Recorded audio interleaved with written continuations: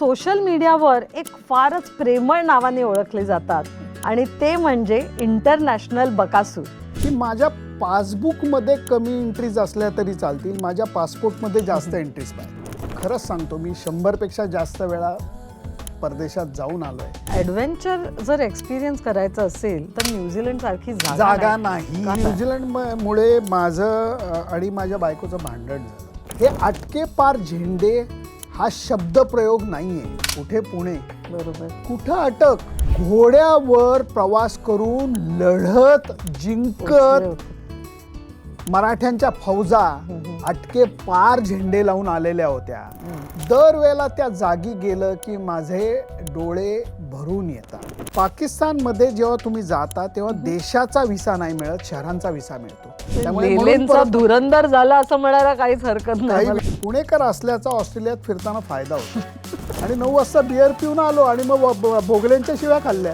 Elbe नदीच्या किनाऱ्यावरनं cycle चालवत आम्ही 7 दिवस होतो. त्या पुढे काही बोलूच शकत नाही, कारण लेले इंग्लंडला देखील थांबवतात. त्यामुळे इंग्लंड पाहिलंय, स्कॉटलंड पाहिलंय, आयर्लंड पाहिलंय, वेल्स पाहिलंय, UK युनायटेड किंगडम पालतं घातलं. कारण समोरनं नेल्सन मंडेला चालत आले. फक्त तिथेही एक गंमत झाली. सांगणार नाहीस ना तू कोणाला?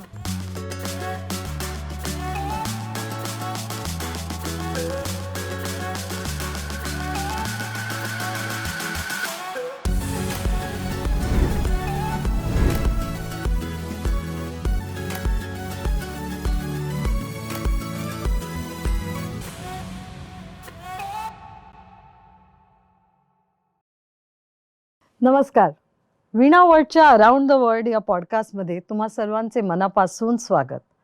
आपल्या या अराउंड द वर्ल्ड पॉडकास्टमध्ये अनेक प्रतिथयश व्यक्तींबरोबर आपण गप्पा मारतो आणि त्यांच्याबरोबर खरोखर जगाची सैर करून येतो.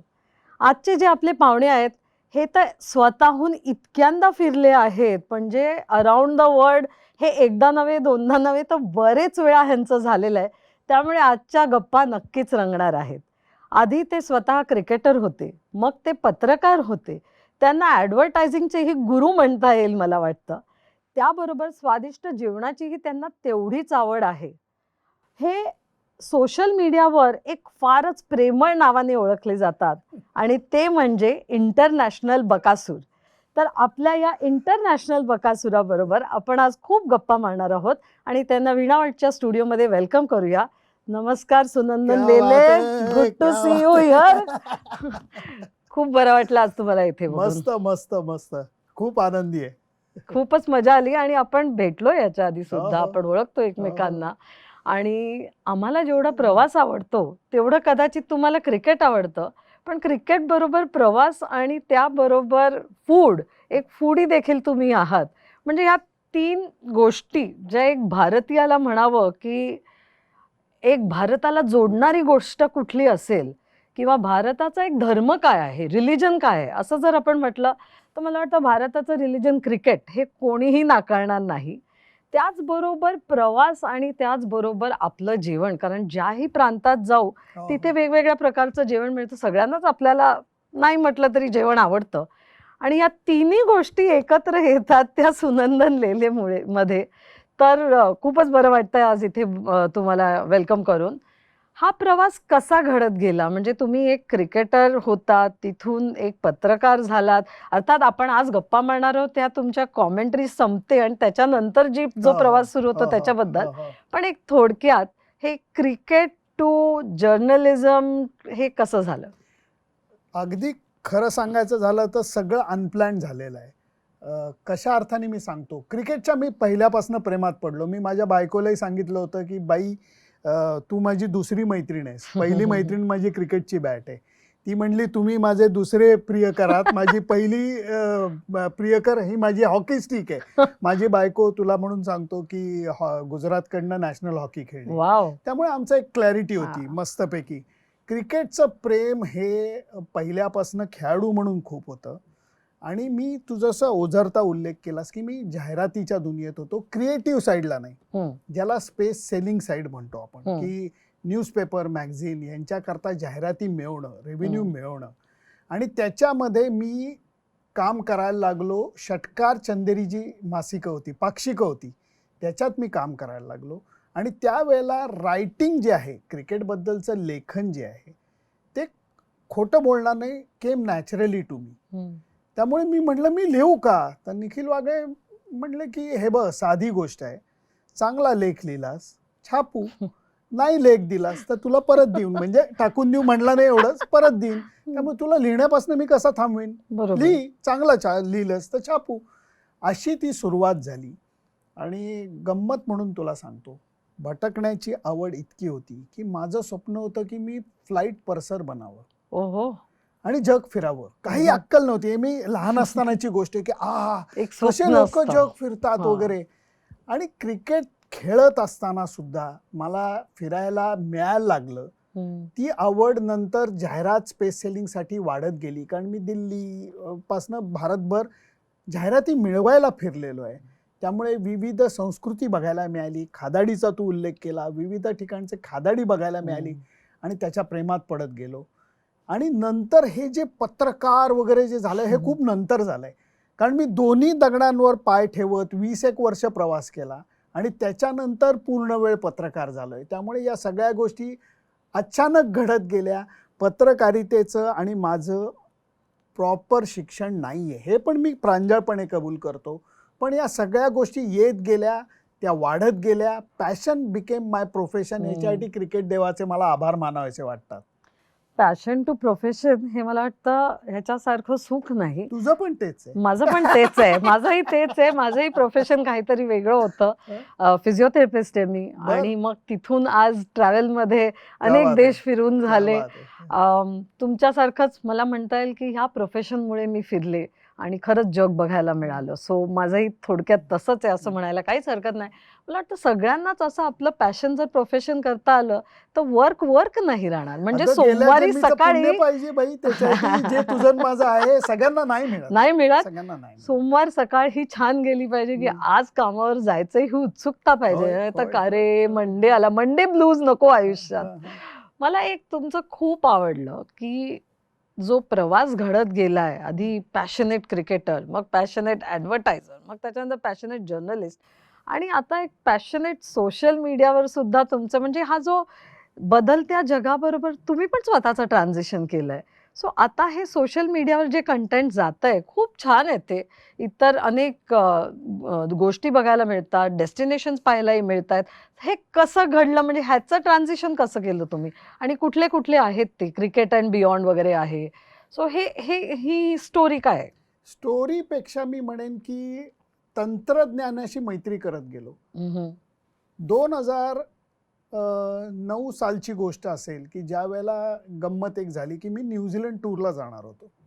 इंडियन टीम न्यूझीलंड टूरला जाणार होती, पाठोपाठ मी जाणार होतो. तर त्यावेळेला मी विचार असा केला की अरे काय काय करता येईल. तर मी फेसबुक, यूट्यूब वगैरे हे हळूहळू चालू केलं होतं. गंमत अशी झाली की मी एका मित्राला कामाची जरा मदत केली होती आणि मला एक साधारणपणे 50,000 रुपये येणं बाकी होतं. तो मित्र अडकला कामामध्ये किंवा त्याला नुकसान झालं किंवा काहीतरी चुकलं, त्यांनी माझे एक 2-4 वर्ष पैसे दिले नाहीत. काय देवाची कृपा झाली माहीत नाही. आणि त्यांनी मला न्यूझीलंड टूरच्या आदल्या दिवशी फोन केला की Sunandan, I am so sorry मित्रा, असे तुझे 50,000 रुपये देणं बाकी आहे आणि मी ते 3-4 वर्ष दिले नाहीत, पण मला तुला आज द्यायचे आहेत. मी बायकोला असं म्हणलं की हे 50,000 आपल्या बॅलन्स शीटमधनं आपण काढून टाकलेत, कारण 3-4 वर्ष आलेले नव्हते. म्हटलं जर का ते काढून टाकलेत तर आता ते घ्यायचे आणि त्याच्यातनं काहीतरी आपण घ्यायचं, ह्याच्यापेक्षा मी कॅमेरा घेऊ का? बायकोही मन मोकळी आहे, ती म्हणली जरूर घे. म्हणून मी 50,000 रुपयाचा सोनीचा एक हँडीकॅम घेतला. ओके. त्याच्याबरोबर मला ट्रायपॉड फ्री मिळाला आणि न्यूझीलंडला जाताना म्हटलं बघू, न्यूझीलंड एवढा सुंदर देश ऐकलंय, ते फिरू, आपण बघू, लोकांना दाखवू. असं करून त्यावेळेला मी ते पॉडकास्ट म्हणा किंवा सेल्फ शूटिंग म्हणा हे चालू केलं. आणि याच्यामध्ये महत्वाची गोष्ट काय, फ्रीलान्सर जो असतो ना, लक्षात घे, याच्याबरोबर तामझाम नसतो. ही माझ्यासाठी लक्झरी आहे की कुणीतरी येऊन माईक लावतंय, कुणीतरी कॅमेरा, मग कुणीतरी हे करतंय, मेकअप आर्टिस्ट आम्हाला मदत करतात. सेल्फ सफिशियंट आम्ही म्हणजे वन मॅन आर्मी असतो. माझा कॅमेरा मी ट्रायपॉड वरती लावतो, व्ह्यू फाइंडर उलटा करतो, एकदा चेक करतो सगळं बरोबर आहे ना आणि बडबड सुरू चालू होतं. करतो. त्याच्यामध्ये सवय ही लागली की त्या लेन्स बरोबर मी प्रेम करणं शिकलो. छान. आणि कसं आहे की कुठलंही क्षेत्र आहे, तुम्ही जर का असं म्हणायला गेलात, हम्म. आज वीणा वर्ल्ड इतकी चांगली कामगिरी करते, जग फिरण्यासारखं आहे, जग खूप सुंदर आहे, कुणी बघणार नाही. ऐकणारच नाही. मन मोकळेपणा पाहिजे, हो. नॅचरॅलिटी पाहिजे. आणि एक गोष्ट मी कायमस्वरूपी शिकलो, वय आपलं कितीही वाढलं आणि हम्म. आपण किती जग फिरलो, काय थोडंफार यश जरी मिळवलं, तरी मी तुला सांगितलं ना, अगं एक गाव असतं, तिथे एक राजा असतो, एक राणी असते की तू ऐकायला लागते. राईट. याचा अर्थ काय? सांगताना गोष्टी रूपानं जर का तुम्ही हो. सांगितलं, सहजतेने सांगितलं, तर लोकांची ऐकण्याची, बघण्याची शक्यता आपण वाढवतो. हे मर्म मी जाणलं, त्या पद्धतीने करत गेलो. मला फिरायला मिळालं, तुम्हाला नाही मिळालं असं करून नाही, तर मी तुमचे कान, नाक, डोळे घेऊन तुमचा प्रतिनिधी म्हणून मी जगात चाललोय आणि ते बघतोय, तुम्हाला दाखवतोय. हे सहज करत गेलो म्हणून ते होत गेलं. आणि त्याचा फायदा सगळ्यांनाच होतोय, कारण त्याच्यामुळे सगळं पाहायला मिळतं. म्हणजे मी देखील जर्मनीचं BMW म्युझियम, हो, जर्मनीची हो, ब्रेड हो, फॅक्टरी, हो. तिथपासून ते स्ट्रेट पुण्याच्या जवळ कुठे जावं इथपर्यंत जे हे एक वाईड कव्हरेज तुम्ही क्रिकेटचंच नव्हे तर ट्रॅव्हलचं सुद्धा करताय, त्याने ओव्हरऑलच एक ट्रॅव्हल बद्दल प्रेम हे सगळ्यांचंच वाढतं. म्हणजे एक प्रवास करावासा वाटतो आपल्याला जेव्हा आपण बघतो की अरे तुम्ही करताय तर मी पण करू शकते किंवा मी पण करू शकतो, ही भावना सुद्धा मनात येत जाते. तुम्ही आता न्यूझीलंडचा उल्लेख केला, तर आपण सुरुवात न्यूझीलंड पासूनच करूया. काय आवडलं तुम्हाला? म्हणजे काय आवडण्यासारखं नाहीये काय त्या आवडलं देशात, नाही? पण काय आवडलं काय नाही? खूप आवडलं किंवा एखादी गोष्ट जी तुम्ही सांगाल ही नक्कीच जा आणि अनुभव घ्या हा तिथे? माणसं आणि निसर्ग हे दोन्ही अफलातून आहेत. तूही गेलेली आहेस. माणसं आणि निसर्ग, कारण उद्या समजा समजा कुणीतरी परदेशातल्या माणसाने आपल्याला जर का विचारलं की तुम्ही कुठं राहता, आणि मी समजा उत्तर दिलं भारतात राहतो, आणि त्यांनी मला म्हणलं की अच्छा म्हणजे पाकिस्तानचे शेजारी का, तर आपण म्हणू ना की भाऊ का असं बोलतोय. तसं न्यूझीलंडच्या लोकांना अच्छा ऑस्ट्रेलियाच्या शेजारी का म्हणलं की राग येतो. तुला माहिती आहे, कारण खूप फरक आहे दोघांच्या स्वभावात. खूपच. हो. ऑस्ट्रेलियन्स मनमौजी आहेत पण थोडेसे अग्रेसिव्ह आहेत, अननेसेसरली अग्रेसिव्ह आहेत. किवीज हे मेलोड डाऊन, कल्चर्ड, खूप सॉफ्ट स्पोकन, friendly. खूप छान आहेत. त्यामुळे मला ती माणसं खूप आवडली. आणि निसर्गाची तर लयलूट आहे. म्हणजे तुम्ही काय, निसर्गाची मजा किंवा कुठल्याही शहराची मजा काय आहे, इथनं तिथं गेला आणि एक 7 किलोमीटरवरती बघितल्यानंतर सुंदर आहे, याला निसर्ग नाही म्हणत. तुम्ही दरवाजा उघडा किंवा पडदा बाजूला करा आणि सुंदर आहे, तर ते खरं सुंदर आहे. न्यूझीलंड तसं सुंदर आहे. कुठेही बघायला जा आणि सुंदरता तुम्हाला दिसून येते. आणि याच्यामध्ये खूप प्रवास केले, खूप सेल्फ ड्रायव्हिंग करत फिरलो आहे. मिल्फर्ड साऊंड आहे, क्वीन्सटाऊन आहे, नेपियरच्या किंवा याच्या फळांच्या बागा आहेत. हे सगळंच बघण्यासारखं आहे. खटकलेली गोष्ट आहे एकच, आणि ती मी तिथल्या पत्रकारांना अगदी स्पष्ट तोंडावर सांगून बघितली. ओके. मी म्हणलं अरे काय तुमचा देश, काहीच अर्थ नाही याच्यात. आमच्या इथं शूट ॲट साईटला जास्त माणसं असतात रस्त्यावर, कर्फ्यूला माणसंच नाही. ड्रायव्हिंग करत असताना तुम्हाला स्पीड लिमिट किंवा हे असतं, रस्त्यावर एक 5 किलोमीटर नंतर एखादी गाडी जाते, हे खटकतं आपल्याला. मी गमतीने म्हणतोय, पण फार सुंदर देश आहे. इथे जर ट्रॅफिक जॅम झाला तर ते शीप वगैरे मध्ये येतात त्यांचा होतो, प्राण्यांचा होतो, बाकी ट्रॅफिक जॅम दिसत नाही. फार सुंदर देश आहे.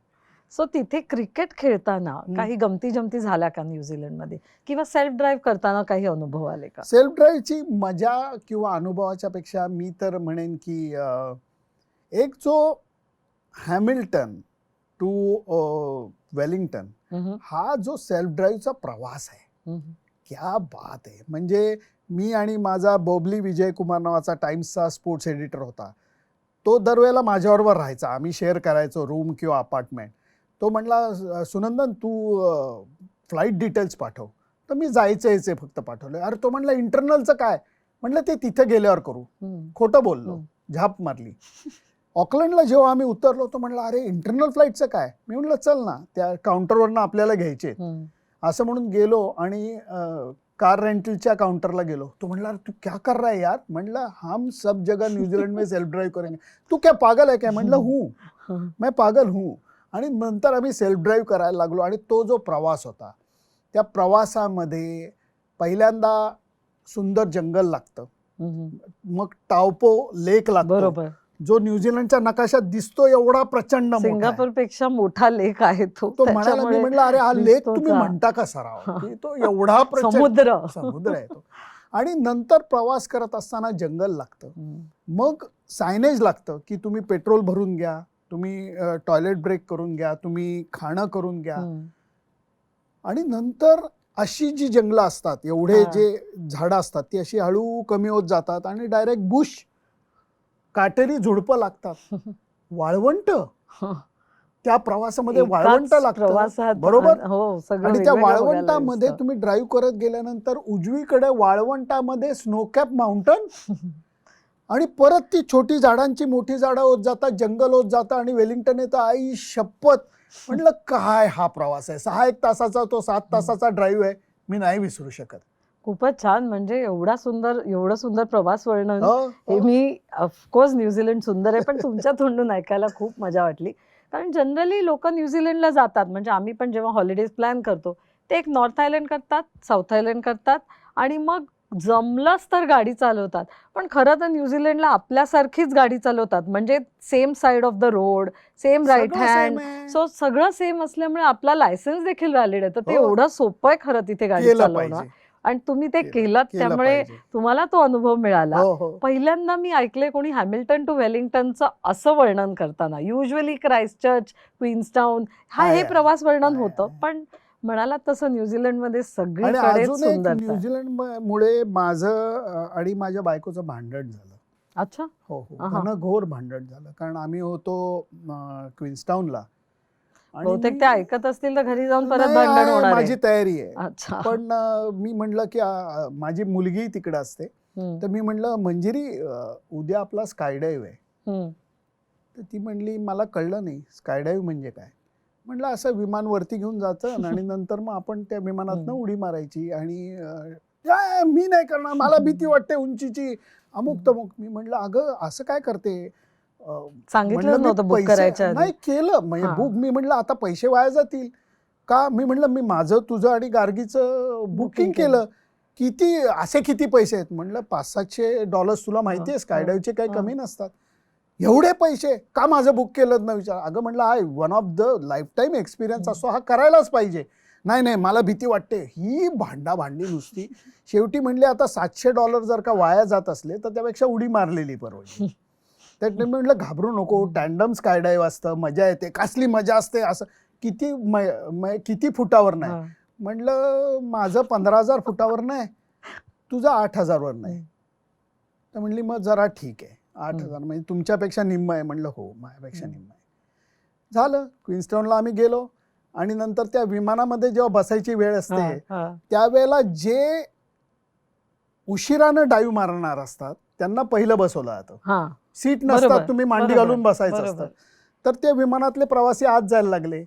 मग शेवटी जसे आले तसं गार्गी आत गेली, मग मंजिरी आत गेली, मग मी आत गेलो आणि मी विमानाच्या दरवाज्यात होतो. तर मला विमान वरती गेलं, मला मंजिरी विचारते तुझी डाईव्ह किती फुटावर नाही. म्हटलं माझी डाईव्ह माहिती आहे ना 15. मग म्हणली माझी किती वर नाही. म्हटलं आता मी 15 वर नाही, माझ्या मागं तू आहे, आता तू विचार करतो पर्यंत मी विमानाच्या बाहेर होतो. त्याच्यानंतर तिने नंतर सांगितलं की तिला सांगत होता तो टँडमवाला की आता मॅडम जम ती करत नाही. म्हटल्यावर शेवटी ढकललं तिने त्याला. आणि ढकलल्यानंतर ते रिलॅक्स झाली, खेळाडूच आहे. आणि नंतर स्कायडाईव्ह सुंदर झाला. आणि स्कायडाईव्ह सुंदर झाल्यानंतर मला राग याच्या करता आला की मला मारत नाही एवढी जोरात मी ती टँडम स्कायडायव्हरला मारली. खुश मॅडम, झाशीची राणी अगोदर जी घाबरली होती, मग मला मिठी मारली, काय मजा आली, अमुक तमुक. म्हटलं काल भांडत होतीस माझ्याशी स्कायडाईव्हवरनं. पण मी सगळ्यांना सांगेन की स्कायडाईव्ह न्यूझीलंडमध्ये जर का गेलात जरूर करा, कारण त्याच्यासारखा सुंदर अनुभव नाहीये. भीती एवढी नाही वाटत, ट्रस्ट मी, एवढी भीती वाटत नाही. त्याच्यासारखा अनुभव नाही, केलं पाहिजे. आणि ते टँडम असतं आपल्या हो, मागे, तो सगळी इन्स्ट्रक्टर safety असतो, आहे. आपल्याला नुसतं बसायचंय एन्जॉय आणि करायचंय. व्ह्यू एन्जॉय मग करायचा आहे काय खाली तर, जाताना. पक्षासारखं तरंगत खाली यायचंय, काय प्रॉब्लेम आणि आहे? खरंच आय थिंक ऍडव्हेंचर जर एक्सपिरियन्स करायचं असेल तर न्यूझीलंड सारखी जागा जागा नाही. नाही कारण जे सेफ्टी ते म्हणजे पूर्णपणे. करतात, पूर्णपणे सेफ. आणि जिथे बघाल तिथे तेवढंच सुंदर. म्हणजे बंजी जम्प करा, स्कायडाईव्ह करा, काय दिसतं बोट राईड सगळं. करा. बोट राईड करा, हो, हो, खूप काही तिथे हो, हो, करण्यासारखं आहे. हो. सो फारच छान सुरुवात झालेली आहे. पण मला एक सांगा, तुमचं जे हे प्रवास सुरू झाला आणि हा प्रवास होत होता, जर क्रिकेट नसतं तर तेवढे तुम्ही फिरला असता का? नको नको नको, हा सर्वात भयावह प्रश्न आहे. ऑनेस्टली स्पीकिंग इम्पॉसिबल होतं. इच्छा खूप होती प्रवास करायची, पण मी क्रिकेट देवाचा काय म्हणतात त्याला इतका आभारी आहे की क्रिकेटमुळेच मला फिरायला मिळालेलं आहे. आणि खरंच सांगतो, मी 100पेक्षा जास्त वेळा परदेशात जाऊन आलो आहे. मला आजही मागं वळून बघितल्यानंतर कळत नाही हे कसं झालं, कारण एवढे पैसे माझ्याकडे नव्हते, सिरियसली नव्हते. जाण्यासाठी कित्येक वेळेला काय काय राहण्याची म्हणा, फिरण्याची म्हणा, याची कॉम्प्रोमाइज सुरुवातीच्या काळात करायला लागली. खूप पण एक माझं तत्व होतं किंवा विचार पक्का होता की माझ्या पासबुकमध्ये कमी एंट्रीज असल्या तरी चालतील, माझ्या पासपोर्टमध्ये जास्त एंट्रीज पाहिजे. हे माझं पहिल्यापासून माझी प्रामाणिक इच्छा होती. त्याला मला वाटतं क्रिकेट देवानी मला तथास्तू म्हणलेलं आहे. आणि हे मी विचार करू शकत नाही. मी फिरलो असतो, नो डाऊट मी फिरलो असतो, भारतात फिरलो असतो, थोडासा परदेशातही फिरलो असतो. पण ज्या प्रकारे मी वेड्यासारखा गेले 25 वर्षात फिरलोय, ते क्रिकेटशिवाय अशक्य होतं. म्हणजे तुम्ही म्हणालात ते खूप महत्वाचं आहे की पासबुकमध्ये एवढी एंट्री नसेल तरी चालेल, नाही, पासपोर्टवर नाही. असायलाच पाहिजे. कारण त्यांनी एक खरी वेगळ्या मजा तीच आहे. एनरिचमेंट आपण जे म्हणतो खरी आयुष्याचं, मजा तीच ते आहे. पासपोर्टच्या पेजेसवरच होतं. आणि मला वाटतं जर एखाद्या क्रिकेट स्टेडियम जर स्टॅम्प मारत असते विजाच्या ऐवजी, तर सगळ्यात जास्त तुमचे पासपोर्टही एवढे झाले असते, कारण इतक्यांदा तुम्ही प्रवास केलेला आहे. सो क्रिकेटसाठी फिरताना अर्थात तुम्हीच त्याच्यासाठी मेहनत केली म्हणून ते झालेलं आहे. त्यामुळे फक्त आपण ते नशिबाला म्हणू शकत नाही, त्यात मागे तुमची मेहनत आहे खूप. पण हे क्रिकेटसाठी फिरताना आम्ही एक प्रश्न आमच्या मंडळींना विचारतो, म्हणजे आमच्या बरोबर जे ट्रॅव्हल करतात किंवा आम्ही सुद्धा स्वतःमध्ये एक छोटीशी कॉम्पिटिशन लावतो की तुझे किती देश झाले, तुझे किती देश झाले. मग एक दर टप्प्याला म्हणजे 10 झाले, अरे वा छान, 10 देश बघून झाले. मग आता 50 देश बघून झाले, आता 100कडे जाऊया आणि 100 देशांना जाऊन भेट देऊया. मला वाटतं तुमच्या बाबतीत किती वेळा तुम्ही तिथे गेलाय हे जास्त महत्वाचं आहे, कारण तुम्ही इंग्लंडला काहीतरी 20 पेक्षा अधिक वेळा वगैरे गेलेला असाल. मोजणं सोडून दिलं. आणि चांगल्या गोष्टी कशाला मोजायच्या?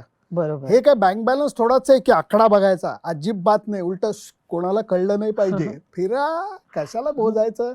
आणि पासपोर्टचं गंमत अशी आहे की एकदा मी माझा मोठा पासपोर्ट होता आणि तो रिन्यू करायला मी पुण्याच्या पासपोर्ट ऑफिसमध्ये गेलो.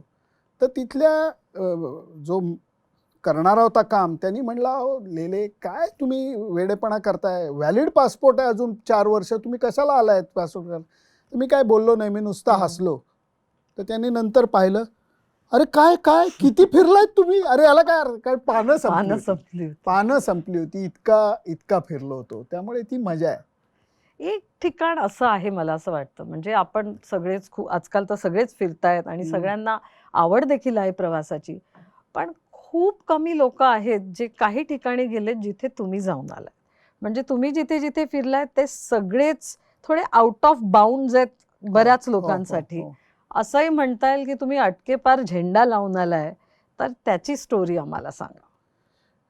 2 जागा अशा आहेत की ज्या मी म्हणेन की जिथे नॉर्मली पटकन माणसं जात नाहीत. एका ठिकाणी जायची परवानगी नाही म्हणून जात नाहीत, दुसरं अजेंडामध्ये किंवा तुमच्या विशलिस्टमध्ये येत नाही म्हणून. एक आहे वेस्ट इंडिज, की जिथे पटकन लोक जाऊ शकत नाहीत. तुमच्या प्रायोरिटी लिस्टमध्ये खूप नंतर येतं. ज्यांचं जग फिरून झालंय ते वेस्ट इंडिजचा विचार करू शकतात.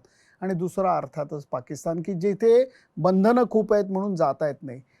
पण परत क्रिकेट देवाच्या कृपेमुळे 4, 6, 8 2004, 2006, 2008 मी सलग 3 वेळेला, भारतीय टीम गेली त्यावेळेला मी सलग 3 टूर केल्या.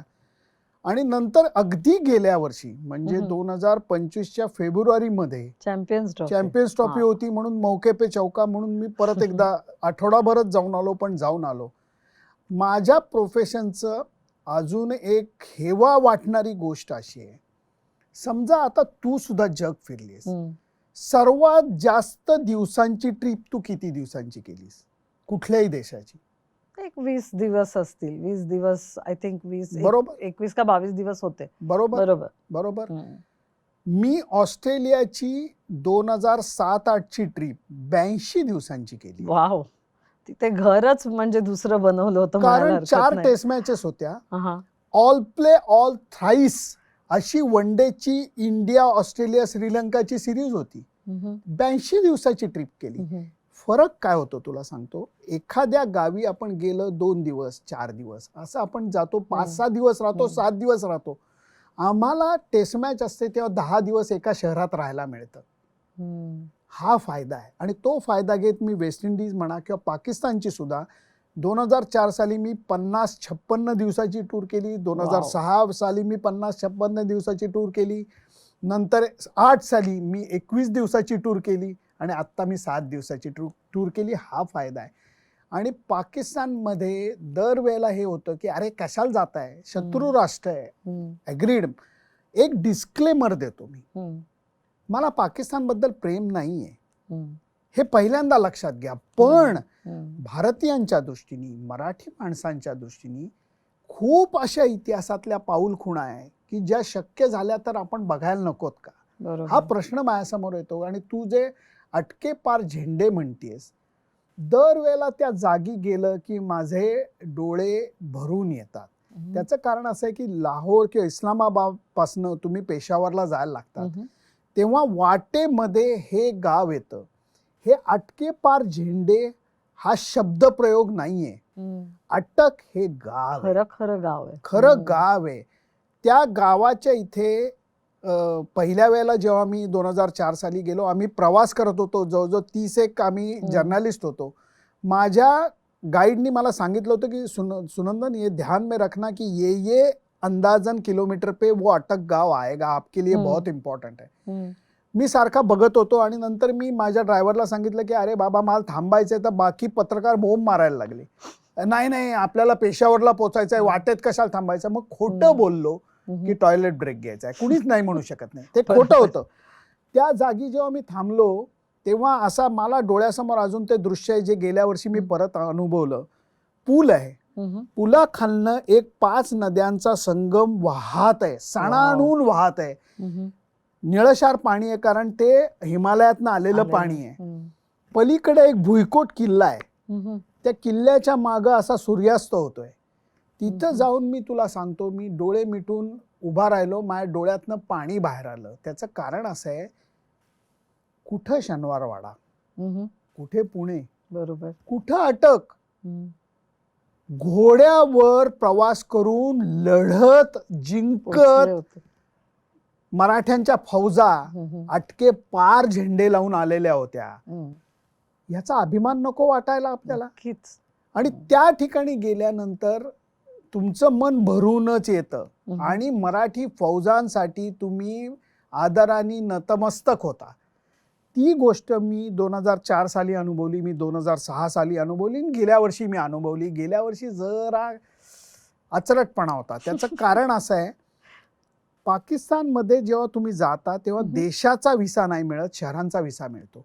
तुम्ही कुठल्या शहरात जाणार आहात, का जाणार आहात हे व्हॅलिडेट करायला लागतं, नाही तर व्हिसा नाही मिळत.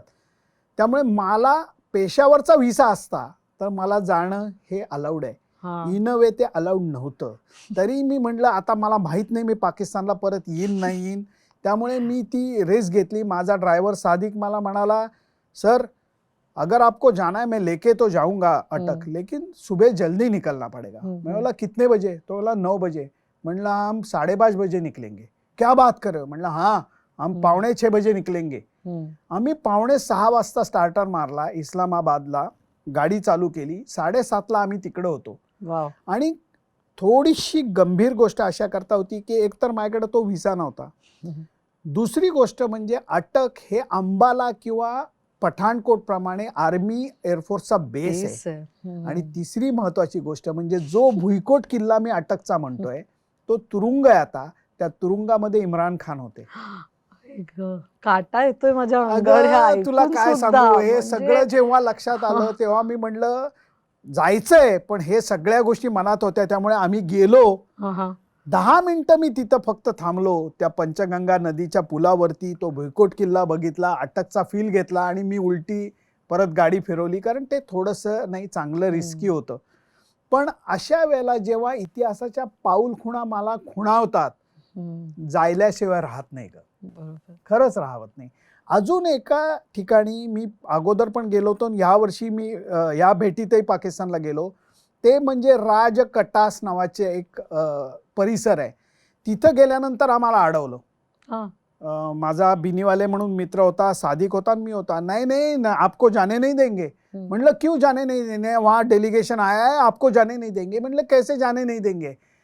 शिवगंगा हा मंदिर परिसर त्या राजकटास भागात आहे आणि त्याच्यामध्ये आख्यायिका अशी आहे की पार्वतीच्या प्रेमापोटी भगवान शिवांच्या डोळ्यातनं जो अश्रू पडला, त्या अश्रूचं तिथं सरोवर झालंय अशी ती आख्यायिका आहे.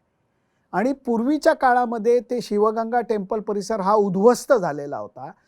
अडवाणी, लालकृष्णजी अडवाणी यांच्या भेटीनंतर तो चांगला रिस्टोर केला गेला. आणि मी तिथं जाऊन यानंतर जेव्हा मला परमिशन मिळाली, त्या परमिशन गेल्यानंतर मी त्यावेळेला तिथं जाऊन शिवलिंगाची पूजा केली. चितळ्यांची बर्फी बरोबर नेली होती, त्याचा नैवेद्य दाखवला. आणि योगायोग कसा आहे बघ, मला माहिती नव्हतं.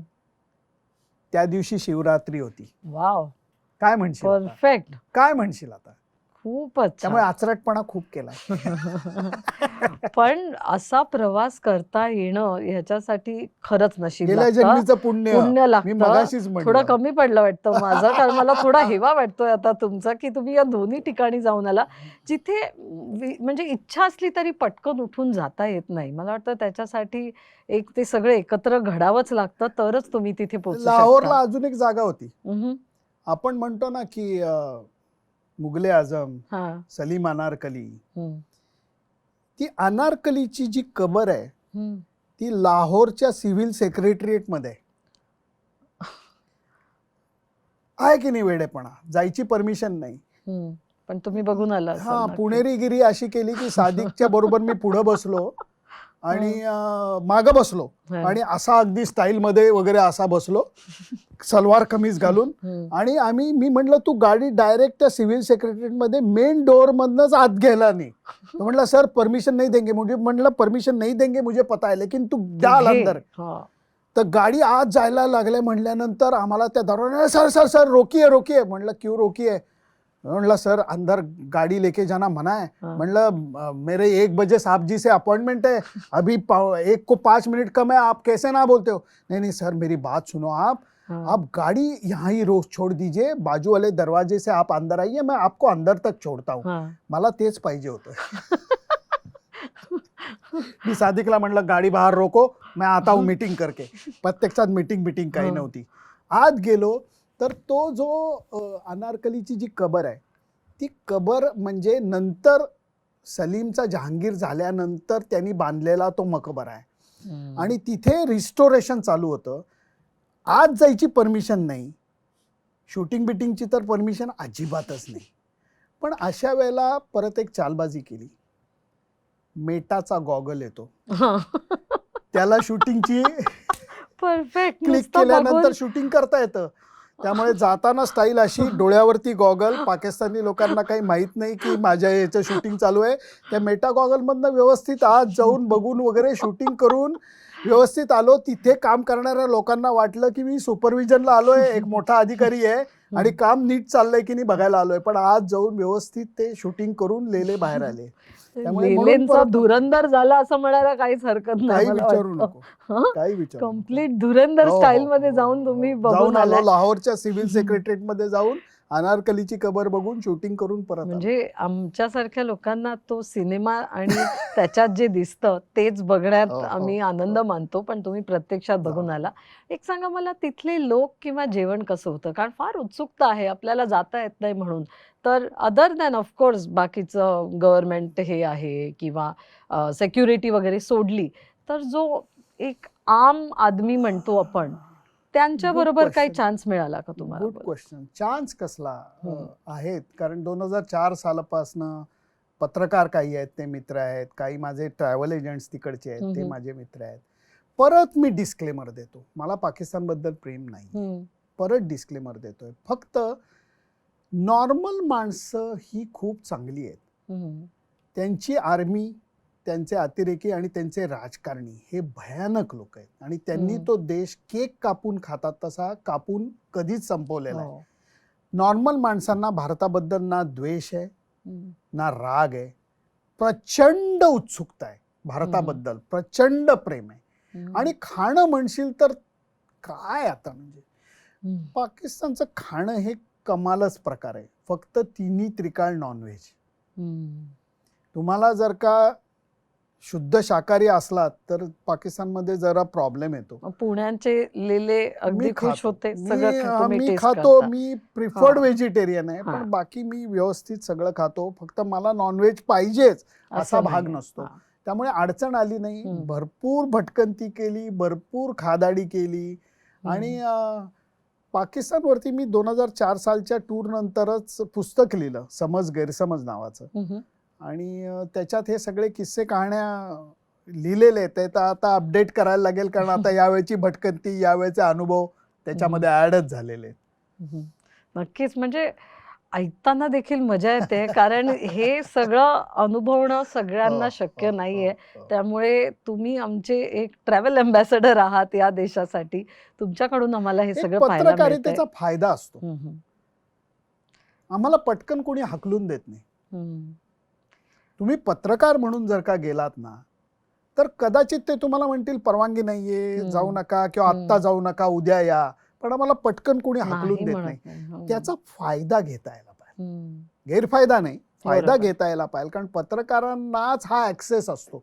पाकिस्तानच्या 4 टूर केल्या आहेत. ते क्रिकेट पत्रकार नसतो तर करता हं. आले असतं का? बरोबर. राजकीय पत्रकार असतो, 2 दिवस जायला मिळालं असतं, 3 दिवस जायला मिळालं असतं. 50-50 दिवसाच्या 7-7 हं. सिटीच्या पाकिस्तानच्या टूर करायला परमिशन मिळाली असती का? हं. हडप्पा बघता आलं असतं का? बरोबर. मुलतानला भक्त प्रल्हादाचं तुला काय सांगू, मूळ स्थान, नृसिंहाचं मूळ स्थान हे पाकिस्तानात आहे. हं. त्याचा शोध आम्ही लावला. वॉव! ते जी खांब आहे ज्याच्यातनं नृसिंह भगवान विष्णू नृसिंहाचा अवतार घेऊन खांब दुभंगून बाहेर येतात आणि हिरण्यकश्यपूचा पोट फाडून वध फाडतात. करतात. ती घटना घडली. ते ते सुद्धा तिथे नृसिंहाचं आहे. मूळ स्थान हं. अपभ्रंश होऊन झालंय मुलतान. हं. मुलतानच्या किल्ल्यावरती आजही भक्त प्रल्हादाचं मूळ स्थान भग्नावशेष वॉव! मध्ये आहे, जे भूकंपाने पडलंय. हं. कुणी पाडलेलं नाही, भूकंपाने पडलंय. त्या खांबाची सुद्धा आम्ही पूजा केलेली आहे. खूप छान. कधी जर सगळी परिस्थिती सुधारली आणि विजा मिळायला लागला, तर ही टूर आयटनरी आम्ही तुमच्याकडूनच करून घेणार. हे मी तुम्हाला आत्ताच सांगून ठेवते, कारण तिथे तुम्हाला आमच्या प्रॉडक्ट डिपार्टमेंटमध्येच आम्ही घेऊन जाणार. आहे, तिथे राजू गाईड लागेल तुम्हाला. लागेल, नक्की घेऊनच जाऊ लागेल, लागेल. आणि ही टूर आपण कधीतरी करू. अशा होपवर आपण पुढे जाऊया. तुम्ही एक ऑस्ट्रेलियाचा उल्लेख केला आणि ऑस्ट्रेलिया सुद्धा मास्टर शेफ फूडसाठी खूप प्रसिद्ध आहे. तिथले क्रिकेटर्स म्हणजे बरेच फ्रेंडली आहेत, कारण अनेक वेळा म्हणजे आपण टुरिझम ऑस्ट्रेलियाच्या काही कार्यक्रमात देखील भेटलोय. निशांतच्या वाढदिवसाला देखील आपण भेटलो होतो. आहे ना. आणि दरवेळी मी पाहिलंय की ते खूप डाऊन टू अर्थ आहेत. म्हणजे ग्लेन मॅग्राथ असो, अगदी आहे. आरामात आमच्याशी हो, गप्पा हो. मारत होता. ब्रेटली असो, ह्या काही फंक्शन्सला भेटतात तेव्हा ते म्हणजे त्यांच्या घरी सुद्धा जाता येतं आणि तिथे त्यांना पाहता येतं ते कसे करतात. भारतात एक एक म्हणजे क्रिकेट रिलिजन आणि क्रिकेटर्स हे गॉड असं झालेलं आहे. आणि हेच क्रिकेटर्स जेव्हा इंडियात येतात ते असे एवढे एन्जॉय हो करतात. हो पण हो. ऑस्ट्रेलियातलं त्या क्रिकेटर्सचं हे म्हणजे ओव्हरऑल एक आउटलुक कसं आहे? तुम्हाला काही तसं बघायला मिळालं का? तुला सांगतो, पाकिस्तान आणि ऑस्ट्रेलिया हे या बाबतीत काही बाबतीत सेम आहेत. कसं तुला सांगतो, हं, लक्ष्मण रेषा ओलांडली आणि तुम्ही बाउंड्री लाईन म्हणजे हं, ती ओलांडून तुम्ही क्रिकेटच्या मैदानावरती गेलात हं, की ऑस्ट्रेलिया आणि पाकिस्तानचे खेळाडू खुन्नसनी खेळतात. हं, नथिंग रॉंग, हं, काही चूक नाहीये त्याच्यात. हं. ती विनिंग लक्ष्मण स्पिरिट रेषा, खूप आहे एकदम, हा जिंकायचंच. हा हां, जिंकायचंच, हां, काही हां. करून जिंकायचंच, हे सुद्धा कधी कधी ऑस्ट्रेलियाचा वाईट प्रकार सुद्धा मी हो, पाहिलेला आहे. हो. परंतु मैदानाच्या बाहेर आलं की ते एकदम वेगळं रूप असतं. हां. तसं तुम्ही मैदानाबाहेर त्यांना पाहिलंय, हं, त्यामुळे ते बरोबर. वेगळं रूप दिसलंय. हं, पण ऑस्ट्रेलियाच्या बाबतीत मी गमतीने लेले स्टाईल असं सांगेन, हां. पुणेकर असल्याचा ऑस्ट्रेलियात फिरताना फायदा होतो. हं. कसा? टोमणे मारतात फार. तुम्ही तुम्ही खट्टू पण करून उलट बसायचं देऊ. नसतं, तुम्ही उलटा टोमणा मारला की ऑसीस खुश.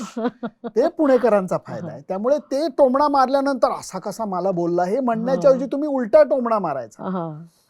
कहाणी सांगतो तुला की 2011ची गोष्ट आहे. मी आणि हर्षा भोगले हं, अपार्टमेंट शेअर करत होतो आणि सकाळी मी वॉक किंवा जॉग करायला जातो तसा मी जाऊन आलो आणि हर्षा तोपर्यंत उठला होता. त्या दिवशी वन डे होती, त्यामुळे संध्याकाळी मॅच होती आणि तो आला आणि माझ्या जवळ येऊन नंतर माझ्यावरती चिडला, रागावला.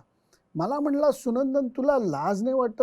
सकाळचे 10-10:30 झालेत आणि तुझ्या तोंडाला बिअरचा वास येतो. हे म्हणलं, कुठल्या शहरात होतं?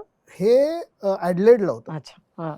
तर मी म्हणलं, हो हर्षा, मी बिअर पेली. अरे ब्रेकफास्ट तुला बिअर. कसं काय वाटत नाही, तू सकाळी बिअर. म्हणलं हर्षा ऐक माझं म्हणणं काय, हां. आता तुझी काहीतरी स्टोरी असेल. म्हणलं अरे खरंच आहे. हां. झालं काय, मी चालायला जॉगिंग करायला बाहेर पडलो होतो.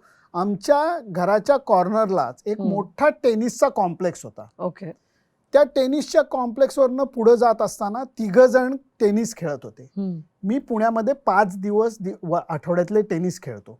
हं, तर मी घुटमळलो. म्हटलं त्याला हे बिचारे 3 जण टेनिस खेळतायत. म्हणजे डबल्स ते हां, खेळणारे होते हां. आणि एक त्यांना शॉट होता.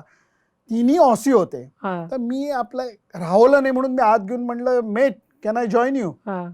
तर त्यांचा पर्याय नव्हता, हं. चौथा पार्टनर पाहिजे नव्हता होता त्यांना, त्यामुळे त्यांना. त्यांना पाहिजे होता. ते म्हणले कसा काय खेळत असे ना, चला याला घ्या. रॅकेट तरी धरेल हातात. तर म्हणून हं, त्यांनी म्हणलं माझ्याकडे काही रॅकेट नाहीये. तर म्हणलं नो नो प्रॉब्लेम मेट, हं. यूज माय रॅकेट. हं. त्यामुळे देखील आणि पुण्यात खेळत असल्यामुळे टचवूड अगदीच हं. ढलगय दिन हो गई रात नाही झालं. सॉलिडच. आणि खेळ रंगला, हां. चोपलं त्यांना. ऑसीस खुश. खेळ संपला 9-8:30ला. हं.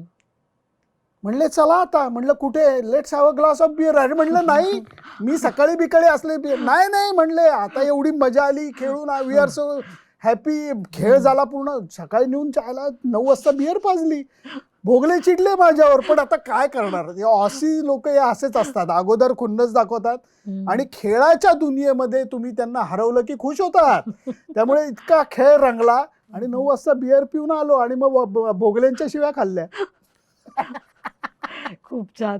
मला एक ह्या गोष्टीवर ऍक्च्युली एक महत्वाचा पॉइंट येतो. तो म्हणजे की भारतात एक क्रिकेटचं प्रेम खूपच हो. म्हणजे वेगळ्या level ला वेड्यासारखं वेगळ्याच लेवलला आहे. त्याला कोणी हात नाही लावू शकत. पण टेनिस म्हणा किंवा आपले जे इतर स्पोर्ट्स देखील आहेत, ह्याला एक महत्त्व कसं मिळेल असं वाटतं तुम्हाला? म्हणजे त्याला देखील इतर खेळांना देखील आता महत्त्व मिळालं पाहिजे किंवा त्यांच्याबद्दलही लोकांनी बोललं पाहिजे. सो हे कसं घडेल असं वाटतं? परत लेले स्टाईल मध्ये सांगतो. हं, हं. हे काय विणावळ केवढा आता वाढलंय, हे म्हणण्यापेक्षा विणावळ का वाढलंय याचा विचार करणार का मी? हं, हं. मला ट्रॅव्हल एजन्सी चालू करायची असली तर मी खुन्नस धरण्यापेक्षा काय सिस्टीम विणावळनी वापरल्या हं. म्हणून त्यांनी कारभार एवढा हं. वाढवला, याचा अभ्यास करायला नको का? तसं क्रिकेटवरती खुन्नस ठेवण्यापेक्षा बाकीच्या खेळाच्या संयोजकांनी हा विचार करायला पाहिजे की क्रिकेट का वाढतं. कशामुळे वाढतं? एक गोष्ट. दुसरी गोष्ट म्हणजे क्रिकेट आहे आपल्या रक्तात, हं. हे लक्षात घेतलं पाहिजे. मला एक गोष्ट सांग, घरामध्ये नवीन बाळाचा जन्म होतो, ते 1 वर्षाचं होतं. पहिल्या वाढदिवसाला खेळाची वस्तू भेट देताना तुम्ही काय देता? काय देता? खेळणी, क्रिकेटची प्लास्टिकची ची बॅट. बॅट, बरोबर. आणि हे एक कुठं चेंडू लिहिलंय? प्लास्टिकचा. हे हा. लिहिलंय का कुठे? हम्म. बास्केटबॉल देऊ नका, फुटबॉल देऊ हम्म. नका, टेनिसची रॅकेट देऊ नका असं लिहिलंय का नाहीच. कुठे? बरोबर. तुम्ही ती बरोबर. प्लास्टिकची बॅट बॉल देता तेव्हापासनं त्या लहानग्याची त्या खेळाशी नाळ जोडली जाते. हम्म. क्रिकेटला लोकाश्रय आहे, हम्म. हे नाकारू नका. बरोबर. आणि ते सहज कुठेही खेळता येतं. क्रिकेट हा पटकन घरात देखील मुलं खेळतात. इतर खेळांच्या तुलनेमध्ये क्रिकेट एवढूसा खेळ आहे. हम्म. फुटबॉलच्या तुलनेमध्ये तर तिळा एवढा छोटा आहे ना. हम्म. पण भारतामध्ये क्रिकेट एवढा आहे, त्याला तुम्ही काय करणार? कारण लोकाश्रय आहे. बरोबर. बाकीच्या खेळांमध्ये मी आता जसं म्हणलं, मी 5 दिवस टेनिस खेळतो. हम्म. अप्रतिम खेळ आहे हम्म. आणि त्याचा मी खूप आनंद घेतो. फुटबॉल मी खूप खेळलोय, जागतिक खेळ आहे तो, इतर कुठल्याही खेळापेक्षा खूप मोठा आहे. हम्म. ॲथलेटिक्स खूप मोठं आहे, म्हणून क्रिकेटला छोटं करण्याची गरज नाहीये. त्यामुळे बाकी खेळ आता वरती येत आहेत. जसे जसे लक्ष्य सेन आहे, PV सिंधू आहे, सायना नेहवाल आहे, यांच्यामुळे बॅडमिंटन वर आलं. नीरज चोप्रामुळे हरियाणातले शेकडो युवक हे भालाफेक करायला लागले. त्या त्या खेळामध्ये हिरो किंवा हिरोईन निर्माण झाली की तो खेळ आपोआप वर येणार वरती आहे. येतो. क्रिकेट त्याच्यामुळे वर आले. त्यामुळे त्याचा दुश्वास करण्यापेक्षा तो खेळ मोठा का झाला, लोकांच्या पसंतीला का पडला, अर्थकारणाच्या बाबतीत मजबूत का झाला, याचा विचार व्हायला पाहिजे. बरोबर आहे. आणि क्रिकेटचा विचार केला तर आम्हालाही असं दिसतं की लोक चक्क क्रिकेटची मॅच बघायला देखील प्रवास करतात. म्हणजे आता साऊथ आफ्रिकेत मॅचेस होणार आहेत जानेवारीत, तर माझ्याच ओळखीचे काही लोक जात आहेत तिथे मॅच बघायला. म्हणजे टुरिझम आणि Sports cricket, tourism. Sports tourism हे क्रिकेटमुळे वरती येत आहे. तर ह्याबद्दल थोडंसं बोलूया आपण. म्हणजे काय का वाटतं नाही? तुम्हाला, कसं अजून ते मोठं करता येईल? का नाही? कारण लोकांकडे पैसे आहेत हम्म. आणि त्याचबरोबर क्रिकेटचा शौक आहे. विम्बल्डन बघायला जाणारी लोक आहेत, कतारला फुटबॉल बघायला गेलेली, वर्ल्ड कप फुटबॉल बघायला बरीच लोक आहेत. अर्थात त्याला अर्थकारणाची बाजू मजबूत असायला लागते. हम्म. इथं मी वेगळा मुद्दा मांडू इच्छितो. हम्म. उलट स्पोर्ट्स टुरिझम का नाही होऊ शकत? हम्म. IPLच्या वेळेला हम्म. जगातली लोक भारतात का नाही येऊ शकत? बरोबर. मोठा स्कोप आहे. हम्म. कारण मॅचेस कुठे आहेत बघ. दिल्लीला मॅच आहे, बघण्यासारखं खूप आहे. हम्म. पुढची मॅच जयपूरला आहे, बघण्यासारखं खूप आहे. नक्कीच. वाटेमध्ये आग्रा लागतं, बघण्यासारखं खूप आहे. हम्म. मुंबई आहे, दिल्ली आहे, बँगलोर आहे, सगळीकडे मॅचेस आहेत. कलकत्ता आहे. भारतातही बघण्यासारखं खूप आहे. जसं स्पोर्ट्स टुरिझम इथनं बाहेर आहे, हम्म. माझं तसंच स्वप्न उलट. आहे हम्म. उलट टुरिझम चालू व्हायला पाहिजे. कारण भारतातही क्रिकेट बरोबर बघण्यासारखं खूप आहे. नक्कीच. आणि जे येतील त्यामुळे भारताचा फायदाच होणार आहे. जेवढा इनबाउंड टुरिस्ट भारतात येऊन भारत बघेल तेवढं त्यांना भारत अजून आवडेल आणि ओव्हरऑलच आपली प्रगती होईल, हे तितकंच खरं आहे. 100%. हम्म. 100%. तुम्ही भारताचा उल्लेख केला, तुम्ही स्वतः देखील भारतात खूप फिरलाय. तर कुठली एखादी जागा आहे भारतातली, म्हणजे क्रिकेटसाठी फिरलाय, मला वाटतं क्रिकेट सोडूनही फिरलेला आहात भारतात. भरपूर भरपूर. सो एखादं ठिकाण किंवा 2-3 ठिकाणं जी तुम्हाला खूप आवडतात आणि परत परत तिथे जावं असं वाटतं? आपला महाराष्ट्र तर नितांत सुंदर आहे. हम्म. कारण पश्चिम घाट आहे, सह्याद्री आहे, वॉटर बॉडीज आहेत, सगळं आहे. हम्म. त्याचं प्रमोशन झालेलं नाहीये बरोबर. सरकारकडनं. त्याचं प्रमोशन, इन्फ्रास्ट्रक्चर आता हळूहळू निर्माण होत आहे, त्यांनीच फरक पडणार आहे. पण राजस्थान, केरळ हे 2 राज्य अशी मला वाटतात की ज्यांनी पर्यटनाचं महत्त्व जाणून त्या दृष्टीने इन्फ्रास्ट्रक्चर तयार केलंय, इकोसिस्टीम तयार केली आहे, असं माझं मत आहे. I may be wrong. आणि कानाकोपऱ्यापासून सिक्कीम घ्या, तुम्ही कुठेही कानाकोपऱ्यात जा, हिमालय सुंदर आहे. मध्य प्रदेशमध्ये बघण्यासारखं खूप आहे. कल्चरचं टुरिझम आहे. आता खादाडीचंही टुरिझम चालू झालंय. त्याच्याकडे आपण येणारच आहोत. त्यामुळे पण हे सगळ्याला भारतातल्या स्कोप खूप तुमच्या आहे. आवडीचं माझ्या एखादं, आवडीचं- महाराष्ट्र सोडून, महाराष्ट्र आपण मला बोललोच. राजस्थान, केरळ या दोन्ही जागा खूप आवडतात. अर्थातच हिमालयाचं आकर्षण हे कधी न संपणार आहे. क्रिकेटशी त्याचं नातं आता धर्मशालामुळे निर्माण झालेलं आहे. हो. त्यामुळे धर्मशालाला टेस्ट मॅच असली की मी पळत जातो. कारण इतके 8-10 दिवस तिथे, आहा क्या बात आहे. 8 दिवस धर्मशाला राहता अगं, हे येणं पुण्याई आहे याच्यासारखं सुख माझी, नाहीये, माझी खरंच पुण्याई आहे. आहे.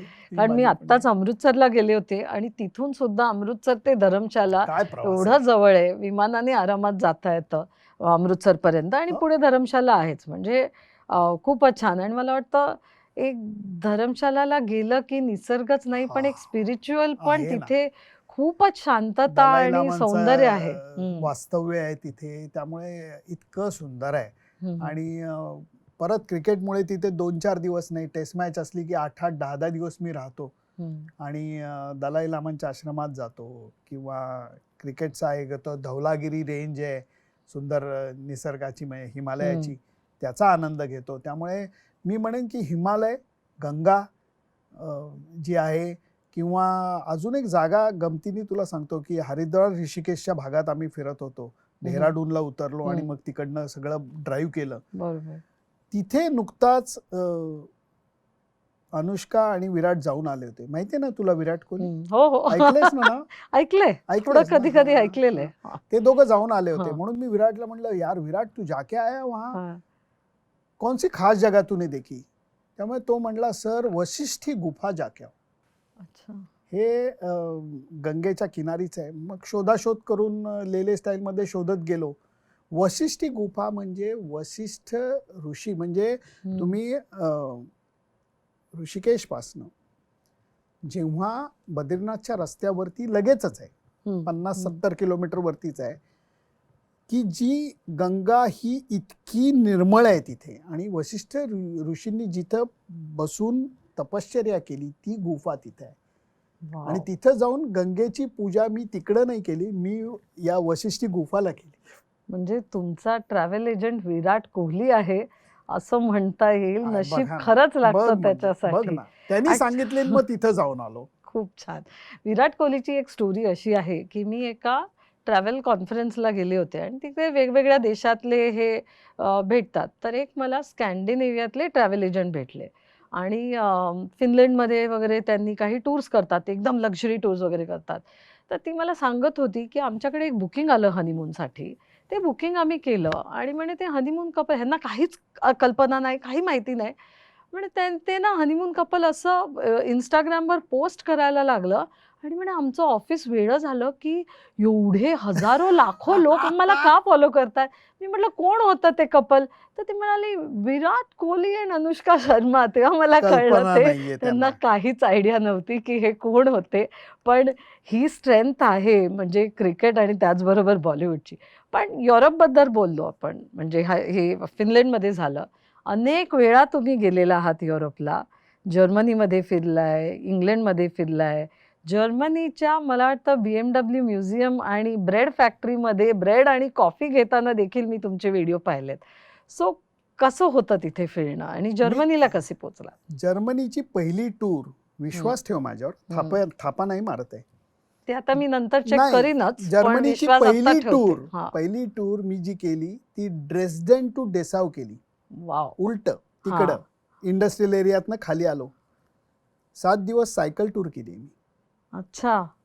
ड्रेस्डेन टू डेसाव रोज एक साधारणपणे जास्तीत जास्त 60-70 किलोमीटर, कमीत हं. कमी 30-35 किलोमीटर अशी आम्ही सायकल रेस वॉव! नाही, सायकल टूर केली. हं, हं. आणि एल्बर राडवेग नावाचा आमचा हे होता, रूट होता. हं. एल्ब नदीच्या किनाऱ्यावरनं सायकल वॉव! चालवत आम्ही 7 दिवस होतो. मी युरोपला 2दा-3दा सायकल टूर केली. हं, हं. आम्ही क्रोएशियाला सुद्धा सायकल टूर केली. ओपन सी कायाकिंग केलंय. हं, हं. म्हणून मी म्हणलं की सरधोपट प्रवास किंवा फोटो टुरिझमच्या मी विरुद्ध आहे. हं. का तर गंमत म्हणून सांगतो की एकदा आमची त्या सायकल टूरमध्ये 30 हं. किलोमीटरचा फक्त प्रवास होता. हं, हं. तर आम्ही त्या ट्रॅव्हल एजंटला म्हटलं की अरे 30च किलोमीटर आहे, मग आम्ही बाकी वेळ काय करू? तो म्हटला हं. नाही तुम्ही जा, हं. हे कुठे भेटू होतं? संध्याकाळी जर्मनी. हां, जर्मनीमध्ये. हां. तर मी म्हटलं का, मग काय? तो म्हटला नाही नाही तुम्ही जा, हं. भेटू संध्याकाळी. का तर त्या 30 किलोमीटरच्या प्रवासामध्ये पहिल्या 10 किलोमीटरमध्ये रस्त्यावरती फळांच्या बागा होत्या. अच्छा. ब्लूबेरी, ब्लॅकबेरी, पेर, नंतर काय म्हणतात त्याला, चेरी, हं. यांच्या रस्त्यावरती बागा होत्या. खात खात खात प्रवास चालू होता. वाटेत 2 सुंदर पाण्याची तळी होती. वाव. मग थांबलो, बूट बीट काढून पाय बुडवून मस्त त्या निसर्गाचा आस्वाद घेत बसलो होतो. छान. हे 10 किलोमीटरचा प्रवास झाला. हम्म. पुढचा 10 किलोमीटरचा प्रवास हा कम्प्लीट अगेन्स्ट द विंड होता. ओके. डिस्टन्स कमी असला अगं तरी तुला हा. काय सांगू, तुम्ही कन्व्हेअर बेल्ट वरती किंवा ट्रेडमिल वरती पळता हा. तेव्हा तुम्ही पुढे जाता का? ते अगेन्स्ट द ग्रॅव्हिटी तिथंच असतं तुम्ही. हो. पळताय हा. आणि तुम्ही तिथं तसा प्रवास होता. कम्प्लीट छातीवरती वारं, सायकल पुढेच जात नव्हती. फा फू करून जे दम लागलाय 10 किलोमीटर चालवायला. आणि त्या 10 किलोमीटरच्या प्रवासानंतर जेव्हा आम्ही थांबलो, 10-20 किलोमीटरचा प्रवास, पहिला 10 किलोमीटर नितांत सुंदर, पुढचा 10 किलोमीटर अगेन्स्ट द विंड, ते जेव्हा करून त्या गावामध्ये आम्ही थांबलो तेव्हा तिथे कॉर्क आणि क्रेंच पक्ष्यांची घरटी होती. मोठमोठे एवढे मोठे पक्षी, ते बघत बसलो आणि इतके दमलेलो होतो. आणि शेवटचा 10 किलोमीटरचा प्रवास परत साधा होता. 30 किलोमीटरलाही 7 तासच लागले. ते पण संध्याकाळी डिस्टन्स कितीही असो. संध्याकाळी दमलून तो जेव्हा आम्हाला आमचा तो लोकल ट्रॅव्हल एजंट भेटला तेव्हा तो हसत होता. म्हणून म्हणला मी सकाळी काही बोललो नाही की तुम्हाला वेळ तुम्ही जा, लागणारच मग आहे. कळेल तुम्हाला. वेळ लागणारच आहे. पण अशी, त्यामुळे जर्मनी म्हणा किंवा जसे BMW तू म्हणतेस ते पाहिलं. हिटलरला ज्या इन्स्टिट्यूटनी ऍडमिशन नाकारली ते सुद्धा म्युनिकमध्ये पाहिलं. वा. त्यामुळे भटकंती मौके पे चौका खूप केलेली आहे. फक्त ती भटकंती, माझं म्हणणं एवढंच आहे की फिरत असताना तुमच्यातला रसिक माणूस जागा करा. मी तिथं जाऊन आलो हे बघितलंस का, हे दाखवण्याच्यासाठी बरोबर. फोटो टुरिझम करू नका. किंवा हा बघा तो इकडे आनंद 4 घ्या. वेळा, आस्वाद घ्या त्याचा. त्या लोकल संस्कृतीचा आस्वाद घ्या, त्या लोकल जेवणाचा आस्वाद घ्या. त्या स्थळांना भेट देत असताना निसर्गाचा आस्वाद घ्या. फोटोमध्ये रमू नका. एवढंच माझं अगदी कळकळीची विनंती. तुम्ही सायकल टुरिझम बद्दल बोललात. एखाद्याला जर जायचं असेल आता, कारण हा एक बऱ्याच लोकांना माहिती नसतं किंवा सुचत नाही की अरे आपण हे पण करू शकतो, किंवा कधी कधी मी पाहिलंय तयारी पूर्ण करत नाही माणूस जाण्याच्या आधी. आणि मला वाटतं मी चालवतो सायकल, मी जाणार. पण तसं नाहीये. सो एखाद्याला जर सायकल टुरिझम करायचं असेल, तुम्ही केलंय म्हणजे फिरलायत, तर काय तयारीने जावं किंवा कसा अप्रोच घ्यावा? सायकल टूर ऑर्गनाईज करणाऱ्या स्थानिक कंपन्या भरपूर आहेत. त्यांचे युरोपमध्ये 200-500 रूट आहेत. सगळं अरेंज करतात. म्हणजे तुम्ही जशी ऑफर देता की तुम्हाला आम्ही 5 स्टार 7 स्टार मध्येही ठेवण्याची आमची ऑफर आहे, 3 स्टार मध्येही आहे. बजेट नसलं तर साध्या हॉटेलमध्ये, तसंच सगळीकडे ही अवेलेबिलिटी आहे. फक्त तू जे म्हणलीस ते फार महत्वाचं आहे. ॲडव्हान्स प्लॅनिंग नंबर 1, की ती जर का तुम्ही केलं तर तुमच्याला बऱ्यापैकी गोष्टी सॉर्ट आउट होऊ शकतात, खर्च कमी होऊ शकतो. दुसरी गोष्ट म्हणजे तयारी करायला पाहिजे.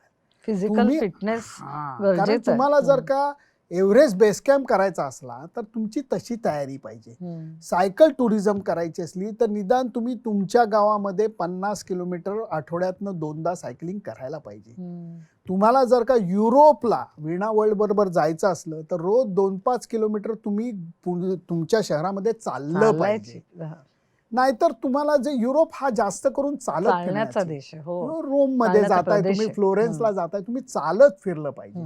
तिथं तुम्ही जर का दमलो म्हणला, म्युनिक किंवा आज व्हिएन्ना आहे, तुम्हाला जर का ते सगळं बघायचं असलं तर चालायची तयारी पाहिजे. तुम्हाला आता दमलो, आता थकलो, ही पूर्वतयारी फार महत्वाचा मुद्दा उचलला असतो. ही पूर्वतयारी करायला पाहिजे. नक्कीच. आणि ते दिसतंय. म्हणजे फिटनेस हे प्रत्येक म्हणजे वयातही तेवढंच महत्वाचं आहे. आणि एक चालतं बोलतं उदाहरण तुम्हाला म्हणता येईल, कारण स्काय डायव्हिंग देखील तुम्ही आरामात केलं, तुम्ही सायकलिंग केलेलं आहे, तुम्ही ड्रायव्हिंग करता आणि चालत फिरणं, म्हणजे हे सगळं नसेल करायचं. मला पोहता येत नाही, मी स्नॉर्कलिंग बऱ्याच वेळा केलंय. कुठे केलंय हे स्नॉर्कलिंग? इथे पलीकडेच, मुलुंडच्या पलीकडे वेस्ट इंडिज नावाचा भाग आहे. अँटिगाला केलंय मी, बार्बेडोसला केलंय मी, टांगालुमा आयलंडला ब्रिस्बेन जवळ केलंय. या सगळ्यामध्ये सिक्युरिटी, सेफ्टी सगळं बघून सुद्धा तुम्ही याचा आस्वाद घेऊ शकता. घाबरलं नाही पाहिजे. पूर्व तयारी केली पाहिजे, फिटनेसकडे थोडं लक्ष दिलं पाहिजे, खादाडीकडे थोडंसं लक्ष द्यायला पाहिजे. वीणा वर्ल्ड अगदी तुम्हाला भरपूर जेवण देईल, तुम्ही किती खाल्लं पाहिजे, बरोबर. की जेणेकरून रोम फिरताना तुम्हाला आता आळस आलाय हे व्हायला नाही पाहिजे. याचा विचार करा, एवढीच माझी विनंती आहे. बरोबर. वेस्ट इंडिजचा उल्लेख झाला आता आणि जसं तुम्ही म्हणालात जनरली आपण जग फिरतो आणि मग कॅरिबियनकडे बघतो, मग वेस्ट इंडिजकडे बघतो.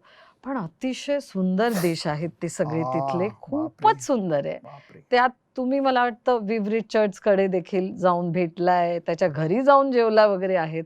तर वेस्ट इंडिजच्या काही स्टोरीज सांगा. निसर्गाची आणि समुद्राची सुंदरता बघायला वेस्ट इंडिजला जायला पाहिजे. आणि जसं मी तुला न्यूझीलंडच्या लोकांचं कौतुक केलं, तसं वेस्ट इंडिजची लोक तर फारच गोड आहेत, फारच मोकळी ढाकळी आणि गोड आहेत. तिथल्या निसर्गाचा आस्वाद घेण्यासाठी तुम्हाला थोडंसं नेहमीचा विचार करून चालणार नाही, त्यांच्यात मिसळायला लागेल, त्यांच्या पद्धतीने त्यांच्या निसर्गाचा आनंद घ्यायला शिकायला लागेल. समुद्र, मग मी कधीच समुद्रात नाही गेलो आणि मग मला भीतीच वाटते आणि ते असं करून नाही चालणार. सगळ्या सुरक्षेचा विचार करून सुद्धा तुम्हाला या निसर्गाचा आनंद घ्यायला पाहिजे. दुसरी गोष्ट म्हणजे स्थानिक लोकांशी बोलणं करून, संपर्क साधून तुम्हाला अजून काय बघता येईल, टाइम मॅनेजमेंटच्या दृष्टीने अजून काय करता येईल याचा विचार करायला पाहिजे. ते जर का तुम्ही केलं तर तुम्हाला अँटिग्वाला गेल्यानंतर शर्ली हाईट्स बघता येईल, की जिथं स्टील बँड आहे. स्टील बँड म्हणजे तू बघितला असशील, परंतु कातड्याचं इन्स्ट्रुमेंट नाही, सगळं स्टीलचं आहे. आणि कधी ते चमच्यानी वाजवतात, कधी स्क्रू ड्रायव्हरनी वाजवतात, पण बेधुंद करणारं म्युझिक आहे. ह्याचा आस्वाद घेता यायला पाहिजे. त्यामुळे वेस्ट इंडिज, मी भरपूर आयलंड फिरलेलो आहे, मी 12-13 वेळा वेस्ट इंडिजला गेलेलो आहे. हे श्रीमंतातल्या श्रीमंत माणसाला सुद्धा शक्य नाही, हे क्रिकेटमुळे मला शक्य झालं.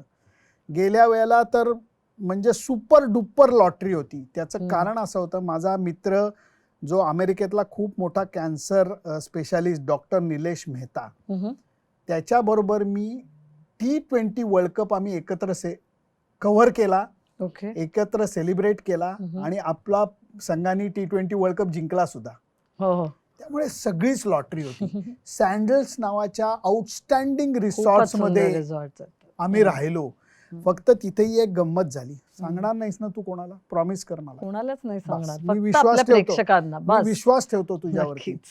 कारण मी आणि निलेश मेहता त्या सँडल्स मध्ये जेव्हा चेक इन करायचो, ते रिसॉर्ट अल्ट्रा लक्झरियस आहे, तुला माहिती आहे, फॉर्च्यून 500 कंपनी मधली ते सँडल्स रिसॉर्ट आहेत. आणि तिथे गेल्यानंतर आमच्याकडे फार वाईट नजरेने बघायचे, कारण ते कपल्स रिसॉर्ट आहे. आणि मी आता तोच विचार करत होते, कारण सँडल्स हे हनीमून साठीच प्रसिद्ध असलेला किंवा कपल्स ट्रॅव्हल साठी प्रसिद्ध असलेलं रिसॉर्ट आहे. तुला सांगतो, माझ्याकडे निलेश मेहताकडे इतके वाईट नजरेने पाहिजे. Oh so you are celebrating. म्हटलं, ए भाऊ, आम्ही क्रिकेट सेलिब्रेट करायला आलोय, we are not a couple. म्हणजे रिसॉर्ट सिलेक्ट करताना अनेक गोष्टींची काळजी घ्यायला हवी, म्हणूनच तुम्हाला ट्रॅव्हल एजंटची गरज आहे. बघ, हो, पण आम्ही इतके हसत बसायचो. आणि नंतर जेव्हा त्यांना कळायचं की हे गे कपल वगैरे नाहीये, हे क्रिकेट जर्नलिस्ट आहे, मग सगळे हसायला लागायचे आणि मग आम्ही मजा करायचो. पण काय समुद्र, खूप सुंदर आहे तिथलं पाणी, नितांत सुंदर आहे. आणि दरवेळेला तिथं गेलं की म्हणतात तसं की तिथल्या हवेमध्ये 50% ऑक्सिजन आहे, 50% क्रिकेट आहे, जाणवतं असं ते. आणि मग सर विवियनना भेटणं, त्यांच्याबरोबर वेळ घालवणं, having a glass of beer with those greats of West Indian cricket. म्हणून म्हणलं, क्रिकेट देवाची माझ्यावरती कृपा आहे. नाही, आणि एक मी ट्रिनिदादला गेले होते, ट्रिनिदाद आणि टोबॅगो, आणि माझ्याही लक्षात आलं की ती कम्युनिटी खूप एकमेकांशी जोडलेली आहे आणि छोटी आहे. आणि त्या टुरिझम आम्हाला दाखवत होते सगळं बघायला. तसंच त्यांनी एक क्लब बघायला नेला आणि तिथे सगळे एन्जॉय करतायत. आणि आम्ही वळालो आणि मागे कोण उभा, तर ब्रायन लारा.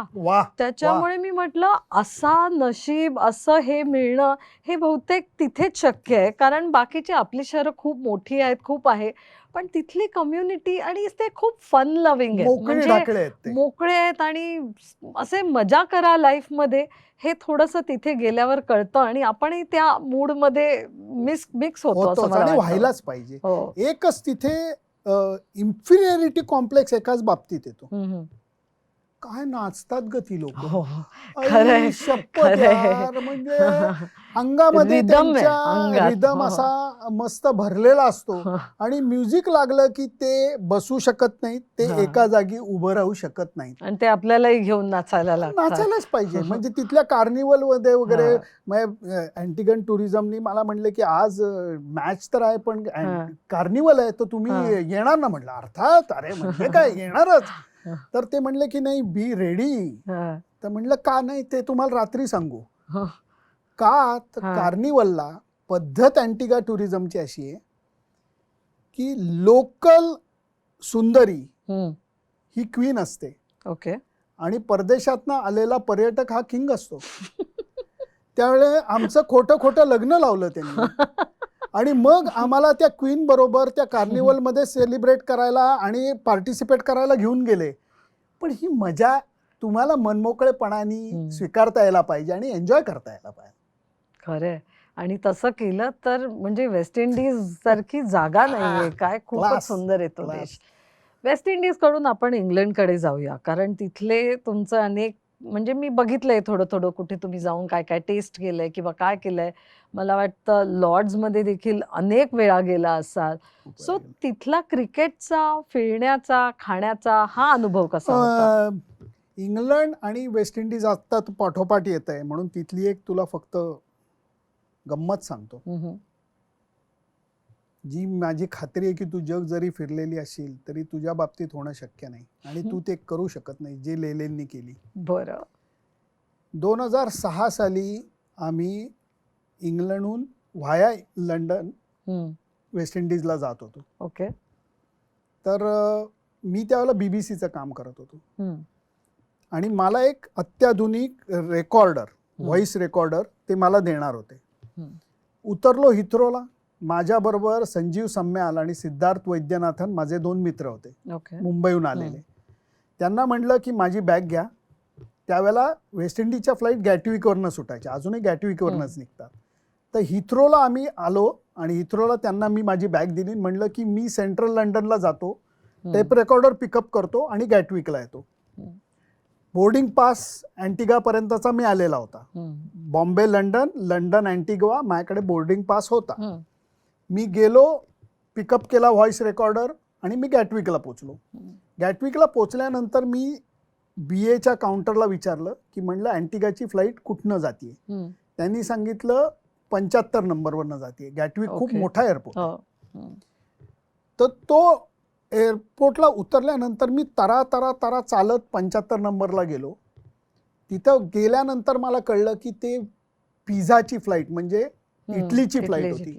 मी म्हटलं हो हे 75 नंबर दिलंय, हे काय? ते म्हणले तुझी अँटिगाची फ्लाईट. अरे तो म्हणलाय जिथनं तू आलास एअरपोर्टला समोर 55 नंबरला होती, तू इथं का आलास? जा लवकर म्हणला, तुझी फ्लाईट जाईल नाही तर. परत उलटा 1-1.5 किलोमीटर चालून आलो आणि 55 नंबरला गेलो. तर तिथला माणूस, सगळं सुनसान हवेली, काउंटरला एक माणूस होता. मी गेलो, मी म्हणला फा फू दम लागलेला. म्हणलं अहो एक काय मिस्टर लेले? म्हणलं हो, तुम्हाला कसं कळलं? म्हणलं किती वेळा अनाउन्समेंट केली तुमची, तुम्ही का लेट आलात?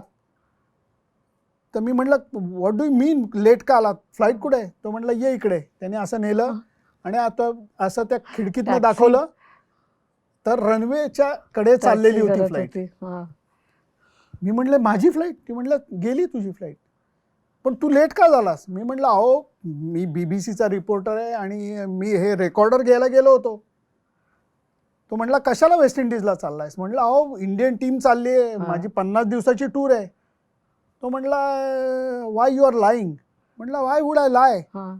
तो म्हणला 50 दिवसाच्या टूरची बाता करतोयस, एवढंच तुझ्याकडे लगेज? म्हटलं नाही, माझं लगेज माझ्या मित्रांकडे होतं. कोण? म्हटलं Siddharth Vaidyanathan, Sanjeev Samyal. Where are they? म्हटलं they are on the flight. तो किंचाळला.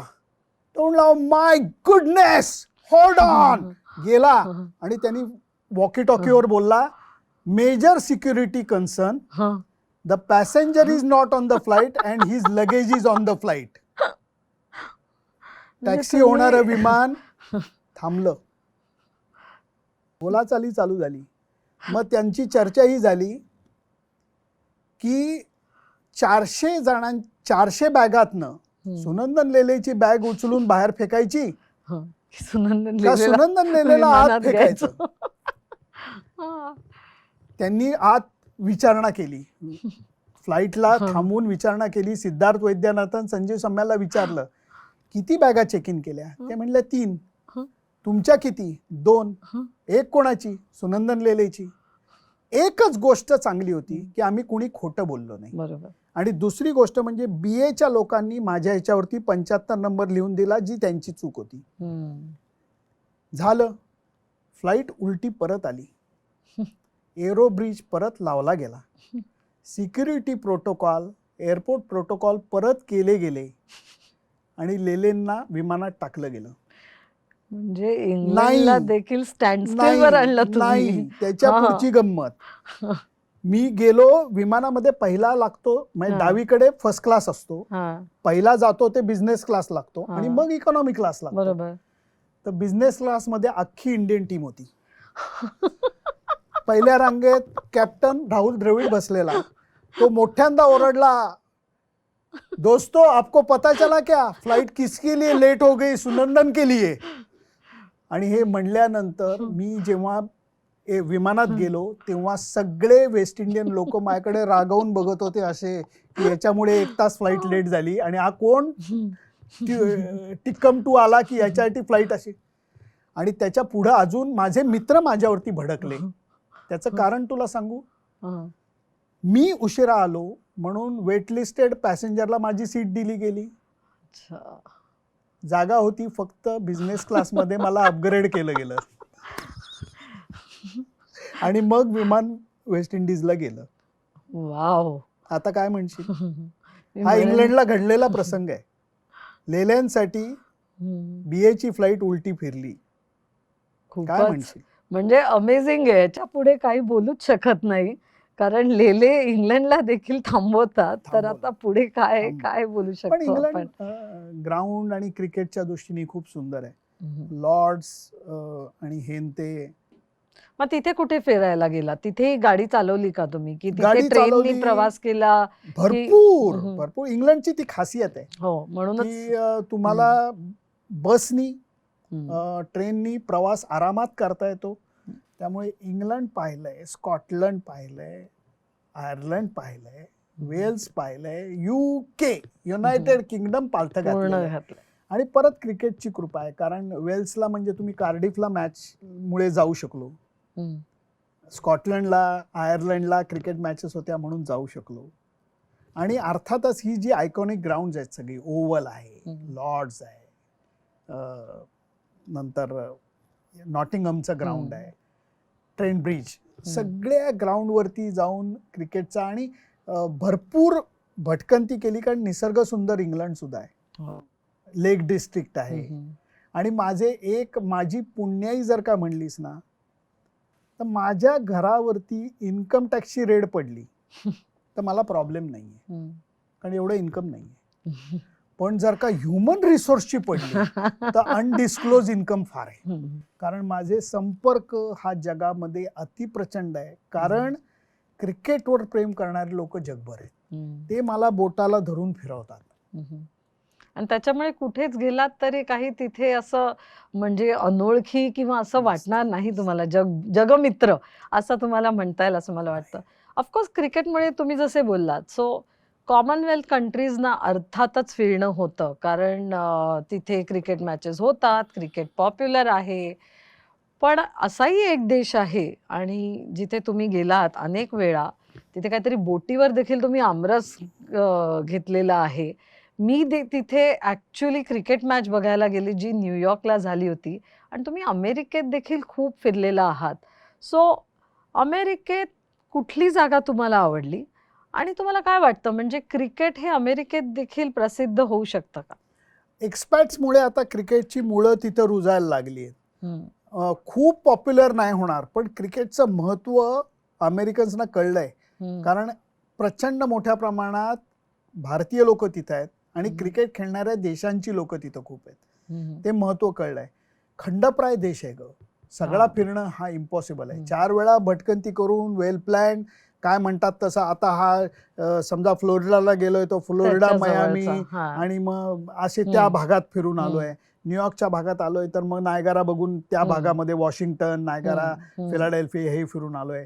त्या कोस्टला गेलं की मग LA आहे, नंतर सॅन फ्रान्सिस्को आहे, कॅलिफोर्निया आहे, सियाटल आहे, हे त्या भागात फिरून आलोय. असं प्लॅन करून जर का फिरलं आणि एक स्पष्ट सांगतो, मला चमक धमकची एवढी काय म्हणतात आकर्षण नाहीये. हम्म. मला निसर्गाचं निसर्ग. आकर्षण आहे. हम्म, त्यामुळे मग ग्रँड कॅनियन आहे हम्म.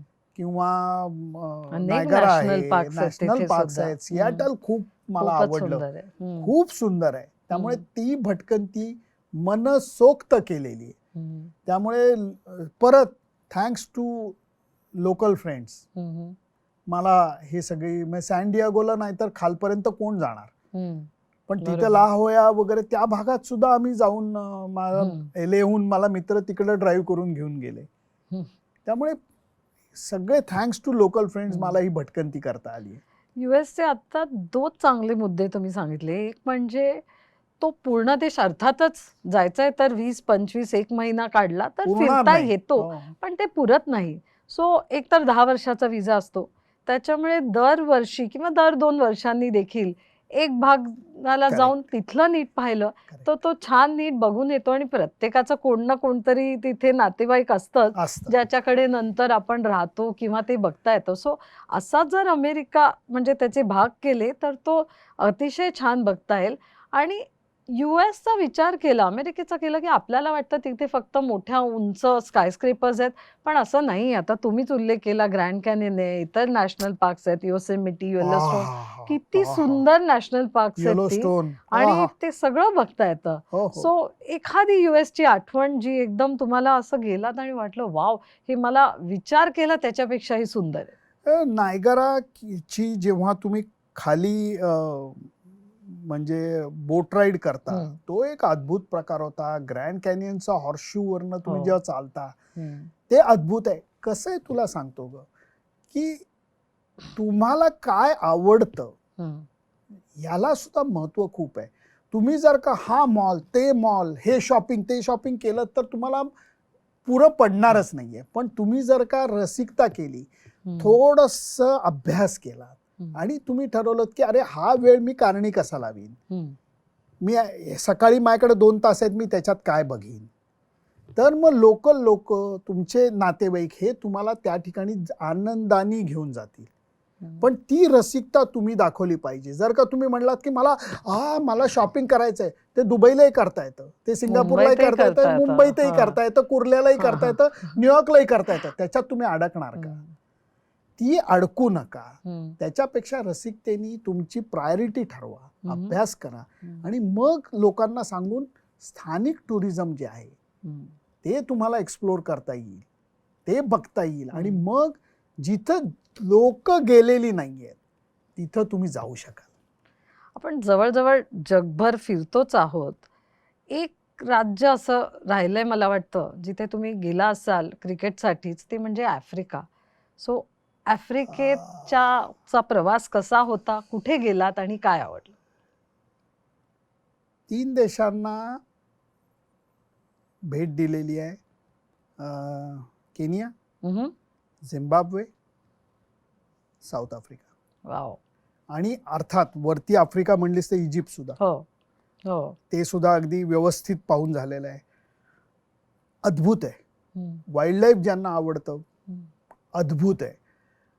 आणि त्याच्यामध्ये सुद्धा तुमच्या बजेटला परवडणाऱ्या सुद्धा गोष्टी आहेत, जर तुमची थोडी हार्डशिपची तयारी असली तर. हम्म.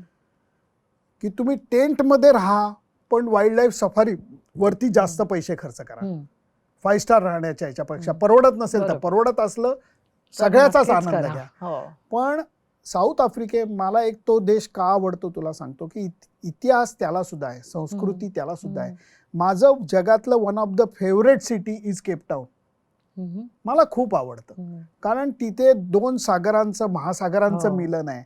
टेबल माउंटन आहे, रॉबेन आयलंड आहे की अतिशय जिथे सुंदर आहे. नेल्सन मंडेलांना तुरुंगवास भोगायला लागलेला होता. या सगळ्या गोष्टी तुम्हाला आफ्रिकेमध्ये एक्सप्लोर करता येतात. Hop on hop off buses आहेत, सगळं तुम्हाला करता येतं. आणि खूप लोक एक मुद्दा मांडतात की साऊथ आफ्रिका सुरक्षेच्या दृष्टीने प्रॉब्लेमॅटिक आहे का? हो आणि नाही. कारण मी सांगतो, तुमचं मोठं घड्याळ आहे, गळ्यात चेन आहे, डोळ्यावरती ऑकलीचा गॉगल आहे, मागं तुमचं मोठं भरलेलं पाकिट दिसतंय, तर कुणीतरी तुम्हाला लावणार चाकू आणि म्हणणार की मला हे काढून दे. तुम्ही जर का सडेफटिंग फिरलात, मूर्खासारखे if you don't flaunt your wealth, तुम्ही फिरू शकता. पण हे आफ्रिका नाही, आज जगभरच जगात आहे, हे न्यूयॉर्कला झालेलं नाहीये आहे. प्रॉब्लेम आहे की. ऍक्च्युली हा आयडियल टुरिस्ट आहे.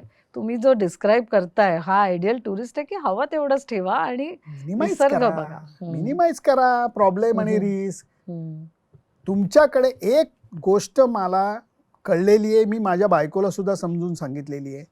तुम्ही जेव्हा पर्यटक म्हणून जगामध्ये जाता, तुमच्याकडे कुणी ढुमकून बघत नाही तुम्ही काय कपडे घातलेत.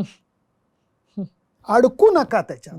ट्रॅव्हल लाईट, कमी सामान घेऊन फिरा की जेणे तुमची मोबिलिटी वाढेल. ॲडव्हान्स प्लॅनिंग करा जेणेकरून तुमचा खर्च वाचेल.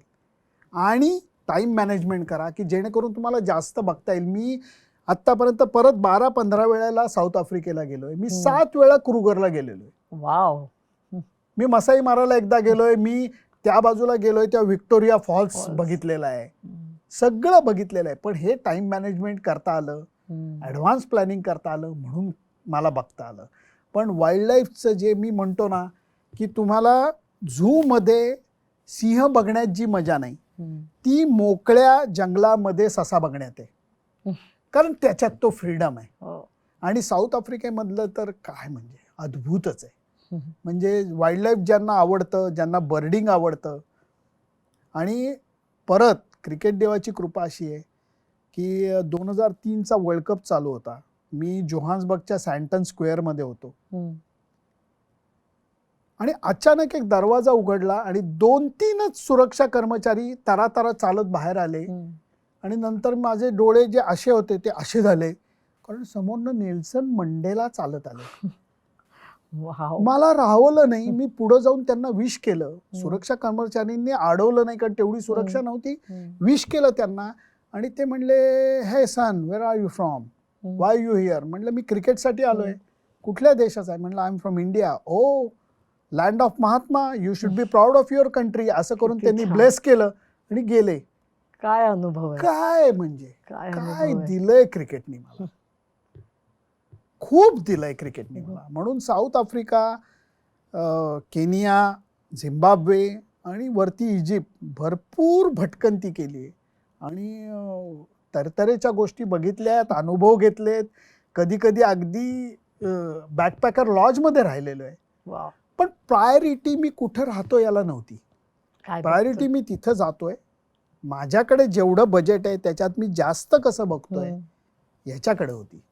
खूप छान. आणि क्रिकेटने तुम्हाला फिरण्याची संधी दिली, पण त्याचा पुरेपूर आणि योग्य उपयोग तुम्ही करून घेतला, भरपूर. हे खरंच म्हणता येईल. आता क्रिकेटसाठी फिरताना अर्थातच क्रिकेटर्स बरोबर तुमचा संपर्क बराच येतो. बिहाइंड द सीन्स बरंच तुम्हाला पाहायला देखील मिळतं. आणि मी कुठेतरी वाचलं होतं की तुमचे फेवरेट क्रिकेटर्स आहेत. आता यात काही बदल असेल तर नक्कीच सांगा. पण अर्थातच सचिन तेंडुलकर, राहुल द्रविड आणि महेंद्रसिंग धोनी हे तुम्हाला फार आवडतात. अनिल कुंबळे हे तुमचे आवडते क्रिकेटर्स आहेत. तर हे क्रिकेटर्स म्हणून आम्ही ओळखतो, पण माणूस म्हणून तुम्ही ओळखता. तर काही गमती जमती किंवा इतर काही गोष्टी झालेल्या आहेत का ह्यांच्या, किंवा ह्यांच्याबद्दल काहीतरी स्टोरीज सांगा मला. स्टोरीज पेक्षा ही माणसं खूपच, मी काय यांची नावं मुद्दाम मी अनिलचं पण नाव एवढा करता घेतलं की एवढा महान खेळाडू आहे. सचिनच्या बरोबरीने त्याचं कर्तृत्व आहे. कारण 650 टेस्ट विकेट्स काढणं नॉट अ जोक, जे अनिल कुंबळेंनी करून दाखवलंय. आणि माणसं म्हणून ही सगळी लोक खूप गोड आहेत. वीरेंद्र सेहवाग एक माझा असाच जवळचा मित्र आहे का, माणूस म्हणून खूप गोड आहेत. आणि या लोकांना अप्रोच करत असताना आजकालच्या दुनियेत होतं काय ग, की सभ्यतेला किंमत नाही, शिक्षणाला किंमत नाही असं म्हणतात. पण या लोकांशी संपर्क वाढवण्यात, मैत्री करण्यात हेच शिक्षण, हेच क्रिकेट अगोदर खेळणं आणि सभ्यता. मी दिसत नसेन कदाचित तुला, पण मी सभ्य आहे. गंमत करतोय. पण या गोष्टींचा खूप मोठा फायदा मला यांच्याशी मैत्री करण्यामध्ये झाला. आणि मी क्रिकेट खेळलेलं असल्यामुळे मी चुकीचा प्रश्न विचारत नाही. मला क्रिकेट किती अवघड आहे खेळायला हे मला माहिती आहे. दुसरी गोष्ट म्हणजे सभ्यतेमुळे लोकांनी वाचन आहे हे ते म्हणून जवळ करतात. आणि मी उत्तम कुक आहे, मी जेवण चांगलं करतो, त्यामुळे सगळे लोक माझ्याकडे जेवायला येतात. अरे वा. फक्त माझा एक विचित्र नियम आहे की तुम्ही जरी तेंडुलकर, धोनी किंवा कुंबळे किंवा द्रविड असलात तरी मी पुणेरी लेले. त्यामुळे मी जेवण करीन पण आवरल्याशिवाय कोणी जायचं नाही. अरे वा. हा नियम आनंदाने सगळेजण पाळतात. त्यामुळे जेवतात, सगळं आवरायला मदत करतात आणि मगच जातात. पण घरच्या जेवणाचं महत्व हे आता एवढं कळत नाही, कारण आता जगभर भारतीय जेवण मिळतं. पण तरीही घरचं जे कुकिंग असतं त्याला तेल कमी असतं, तिखट कमी असतं, मसाला कमी असतं आणि प्रेमाने बनवलेलं असतं. त्यामुळे सगळेजण रांग लावून जेवायला यायचे. त्यामुळे मी एका वेळेला 11 जणांचं जेवणही केलेलं आहे. म्हणजे 11 खेळाडू नाही, माझे पत्रकार मित्र आणि 5 खेळाडू, आणि सगळेजण तब्येतीत जेवतात. म्हणजे एकदा वेस्ट इंडिजमध्येच जमैकाला आम्ही इंडीज लॉज नावाच्या लॉजमध्ये राहत होतो. तो बंगला वजा हॉटेल होतं. हे लक्ष्मण, सहवाग, नंतर युवराज ही सगळी गँग जेवायला येणार होती. सपोर्ट स्टाफ मधलेही 2 जण होते. म्हणून मी हॉटेलमध्ये किचन वापरायची परवानगी मिळाली. ती मालकीण म्हणाली की काय म्हणजे आर यू सिरियस? म्हटलं मला हवंय तुझं. का म्हणली? आमचं जेवण काही नाही का चांगलं? म्हटलं तसं नाही, Indian players are coming to our. म्हटली घे, परवानगी आहे. मग जेवण वगैरे केलं आणि त्या हॉटेलच्या मधल्या मोठ्या अंगणामध्ये बुफे लावल्यासारखं त्यांनी केलं होतं. तर युवराज माझ्याकडे पहिल्यांदा जेवायला आला होता 2006 साली. तर एक सिनियर जर्नलिस्ट आहे, रिस्पेक्ट वगैरे म्हणून तो आला. पण त्याला असं वाटलं होतं की काय म्हणून त्यांनी प्लेट घेतली आणि त्या बुफे मधले असं थोडंसं वाढून घेतलं रिस्पेक्ट दाखवायला. आणि तो असा फिरला मागे आणि त्यांनी पहिला घास घेतला. मग त्याच्या लक्षात आलं की आपण चूक केली आहे, कारण जेवण चांगलं आहे, आपण एवढंच घेतलंय. तो उलटा फिरला तर सहवाग त्याच्या वाटेत उभा होता. तुझे क्या लगा हम पागल है? या खाना खाने आए, अब इतना ही खाना, इससे ज्यादा नहीं मिलेगा, बाकी हम खाए. अरे मत कर यार, बहुत भूक लगी आहे. मग त्याला सोडलं. मग त्यांनी जेवण केलं. जेवण संपलं आणि मग मी म्हणलं की युई खाना हुआ? हाँ. स्वीट खाएगा? लेले साहब आपको तो पता है हम स्वीट नहीं खाते. म्हणलं पक्का? हाँ हाँ पक्का. सहवाग परत म्हणला अब तूने बोला है स्वीट नहीं खाएगा. आणि मी त्याच हॉटेलच्या बंगल्याच्या आवारामध्ये आंब्याची झाडं होती. तिकडं ऑगस्ट महिन्यात आंबे येतात. वरनं हिरवा कच्चा आंबा दिसतो, आत कापल्यावर केशरी असतो. ते आंब्याची मी फ्रूट डिश केली होती. म्हणलं यार युवी तू ना बोला, मैंने तो स्वीट डिश ये रखा था. ले साहब आपने नहीं बोला कि आम रखे. म्हणलं अब नहीं मिलेगा. तो परत सहवाग त्याला नडला. 2 फोडी त्याला फक्त दिल्या खायला. छळ छळला त्याला, परंतु त्याला आंबे जास्त खाऊन दिले नाही. परंतु अशा मजा असतात. लोक येतात, जेवण करतात, भांडी धुतात प्रेमाने. पण ह्याच्यात महत्वाची गोष्ट काय माहितीये का? माणूस म्हणून त्यांना वागलेलं आवडतं. माझ्या घरी आल्यानंतर मी त्यांना निग्लेक्ट करतो. नाहीतर कसं होतं, तू 1 सेकंद लक्षात घे की तू सेलिब्रिटी आहेस. तू जेवण करतेस, मी तुझ्या समोर बसलोय आणि मी असं बघतोय की तू कशी खाते, काय खाते, तर तुला जेवण जाईल का? त्यापेक्षा त्यांना निग्लेक्ट करा, मोकळं सोडा. आणि याच्यामुळे मैत्री खूप जमली. आणि इथं शिरायचा मार्ग इथनच जातो त्यामुळे. मग आता जर सपोज तुम्ही एखाद्या टूरला निघालात किंवा तुमच्या ट्रिपला निघालाय आणि मी तुम्हाला सांगितलं ह्या क्रिकेटर्स मधला एक ट्रॅव्हल कंपॅनियन निवडा, तर कोण तुमचा आयडियल ट्रॅव्हल कंपॅनियन? सचिन. कारण लोकांना असं वाटतं की त्यांनी 100 सेंचुरीज केल्या म्हणजे तो क्रिकेटर महान आहे. तो अशक्य फूडी आहे, हा. कनोसियर आहे, जेवणाच्या बारकावे जगभराच्या क्युझिनचे त्याला माहिती असतात. अच्छा. तो एक एवढीशी वाईनचे टेस्ट करून सुद्धा त्या वाईनमध्ये काय आहे हे ओळखतो.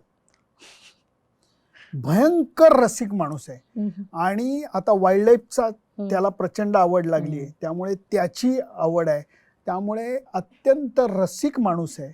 त्यामुळे एनी टाइम क्रिकेटर म्हणूनही, माणूस म्हणूनही, ट्रॅव्हल कंपॅन म्हणूनही सचिन तेंडुलकर. वाव.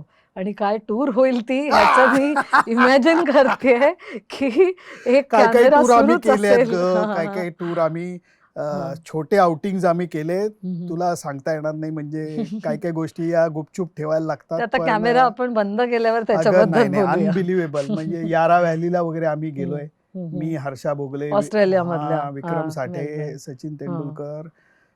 धमाल केली म्हणजे धमाल. मला वाटतं सचिन सारखा ट्रॅव्हल कंपॅनियन हा भारतात प्रत्येकालाच हवा असेल. पण हे क्रिकेटर्स आज मला वाटतं नुसते क्रिकेटर्स नाही आहेत, तर हे आपल्या पुढच्या पिढीसाठी एक आयडल म्हणूनच आहेत. आणि त्यांचं वागणूक, त्यांचा व्यवहार यांनी खूप इन्फ्लुएन्स होतो. तर यात एखाद्याचं उदाहरण दिसतं का तुम्हाला? उदाहरण गमतीदार पद्धतीने मी असं देईन की हे खेळाडू दिसतात, पण काय बघायचं हे कळलं पाहिजे. की विराटचा गॉगल कुठला आहे, विराटची हेअरस्टाईल कुठली आहे हे बघायचं का, विराटचा फिटनेस काय. बरोबर. म्हणजे तुम्हाला दिसत असतं. म्हणजे अजून डोंट गेट मी रॉंग, पण मी एक उदाहरण देऊ का? नक्कीच. उमराव जान सिनेमा जेव्हा बघायला जातो तेव्हा माझ्याबरोबर बायको असते, ती रेखाच्या साडीकडे बघते, मी रेखाकडे बघतो. तर बघताना तुम्ही काय बघायला पाहिजे, तर त्यांचा फिटनेस, त्यांची ध्येयासक्ती, त्यांचं काय म्हणतात त्याला रुटीन, शिस्त, या गोष्टी बघायला पाहिजे. त्या मला जास्त इन्स्पायर करतात. सचिन तेंडुलकरनी 100 शतकं केली. मी त्याचे 1000 प्रॅक्टिस सेशन पाहिले. त्याच्यामध्ये जी तन्मयता आहे ती मी बघितलेली. बरोबर. मग रिझल्ट चांगले येणारच ना. महेंद्रसिंग धोनीच्या विचारांची पद्धती पाहिली की तो गोष्टी कॉम्प्लिकेट करत नाही. ह्या गोष्टी शिकायला पाहिजे. त्यामुळे दिसत सगळंच असतं, आपण काय बघायचं याचा विचार व्हायला. मला वाटतं ह्याच्यावर ना एक वेगळा पॉडकास्ट होऊ शकतो तुमच्या बरोबर, की ह्यांच्यातलं प्रत्येक प्लेअर मधली काय क्वालिटी आहे आणि ती काय घेतली पाहिजे. कारण हे जास्त महत्वाचं आहे रादर की त्याची हेअरस्टाईल कशी आहे आणि इतर गोष्टी काय. यंग जनरेशनना आता हार्दिक पांड्याची हेअरस्टाईल काय, तो चपला कुठल्या घालतो, तो गॉगल कुठला घालतो, अरे बाळांनो ते नका बघू. तो खेळाडू म्हणून काय घडलाय हे बघायला पाहिजे, त्याच्या मागची तपश्चर्या बघायला पाहिजे. बरोबर. आणि स्पोर्ट्स म्हटलं की एक आत्ता फायनली मला असं वाटतं त्याची वेळ आलेली आहे, ज्याच्यासाठी एक टूर कंपनी म्हणून पण आम्ही अनेक वर्ष म्हणजे प्रयत्न केलेत. ते आहे विमेन. म्हणजे विमेन्स ट्रॅव्हल आणि विमेन्स टूर्स ह्याच्यावर भरपूर मेहनत करून आज फायनली आम्हाला असं दिसतं की घरातली बाई ही गिल्टी न होता टूरवर जाते. तसंच मला वाटतं विमेन स्पोर्ट्स बद्दल पण फायनली तुम्हाला असं वाटतं का आपण आता पोचलोय त्या ह्याला? आहे नक्की. आणि आता जे महिलांनी जो वर्ल्ड कप जिंकला ती फार मोठी ही मुवमेंट होती. कारण आपल्याला कळत नाही ग की 50 वर्षाचा स्ट्रगल आहे हा. 50 वर्षापूर्वी महिलांचं क्रिकेट चालू झालं, त्यावेळेला शिव्या पडल्या या मुलींना, क्रिकेट कसलं खेळता, लाजा नाही का वाटत, असं बोललं गेलं. आणि त्याच्यानंतर खस्ता खात खात खात त्यांचं BCCI मध्ये सामावलं जाणं आणि त्याच्यानंतर आता वर्ल्ड कप जिंकणं हा खूप लांबचा प्रवास या मुलींनी केलेला आहे. त्यामुळे त्याचं अत्यंत कौतुक आहे मला, प्रचंड अभिमान आहे, प्रचंड आदर आहे त्या मुलींबद्दल ज्यांनी अगोदर सुद्धा खस्ता खाल्ला. आणि मग त्याच्या पुढे आता या स्मृती मंदाना आहे, हरमनप्रीत कौर आहे, यांनी आता ते जिंकून दाखवलं. जेमिमा रॉड्रिग्ज आहे आपली, या सगळ्यांनी आता जिंकून दाखवलं. आणि अजून एक अप्रिशिएट करण्यासारखी गोष्ट, हे यश मिळत असताना त्यांचे पाय जमिनीवर होते. त्यांना माग मुलींनी केलेल्या त्यागाची कल्पना होती. त्यामुळे ज्या माजी खेळाडू त्यावेळेला मैदानावरती हजर होत्या त्यांच्या हातामध्ये त्यांनी तो वर्ल्ड कप दिला, ही गोष्ट मला सर्वात भावलेली आहे.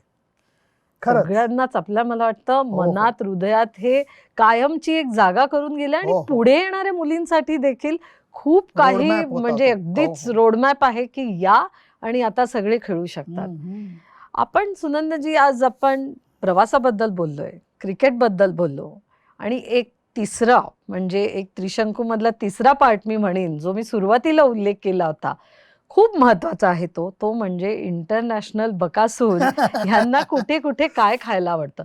सो अशा काही गोष्टी आहेत का, की तुम्ही भारताबाहेर गेला आणि खूप घरचं जेवण मिस केलं? तिथे अर्थात इंडियन फूड घेतलं असेल, की तुम्हाला लोकल फूड तिथलं खायला आवडतं आणि प्रत्येक टेस्ट तुम्ही घेता? दोन्ही गोष्टी तेवढ्याच मनापासून केलेल्या आहेत. दोन्ही हं. गोष्टी म्हणजे अ, मला इथं एक लोकांना समजून ही गोष्ट सांगायची आहे. व्हेज, नॉन-व्हेज असू शकतं. हं.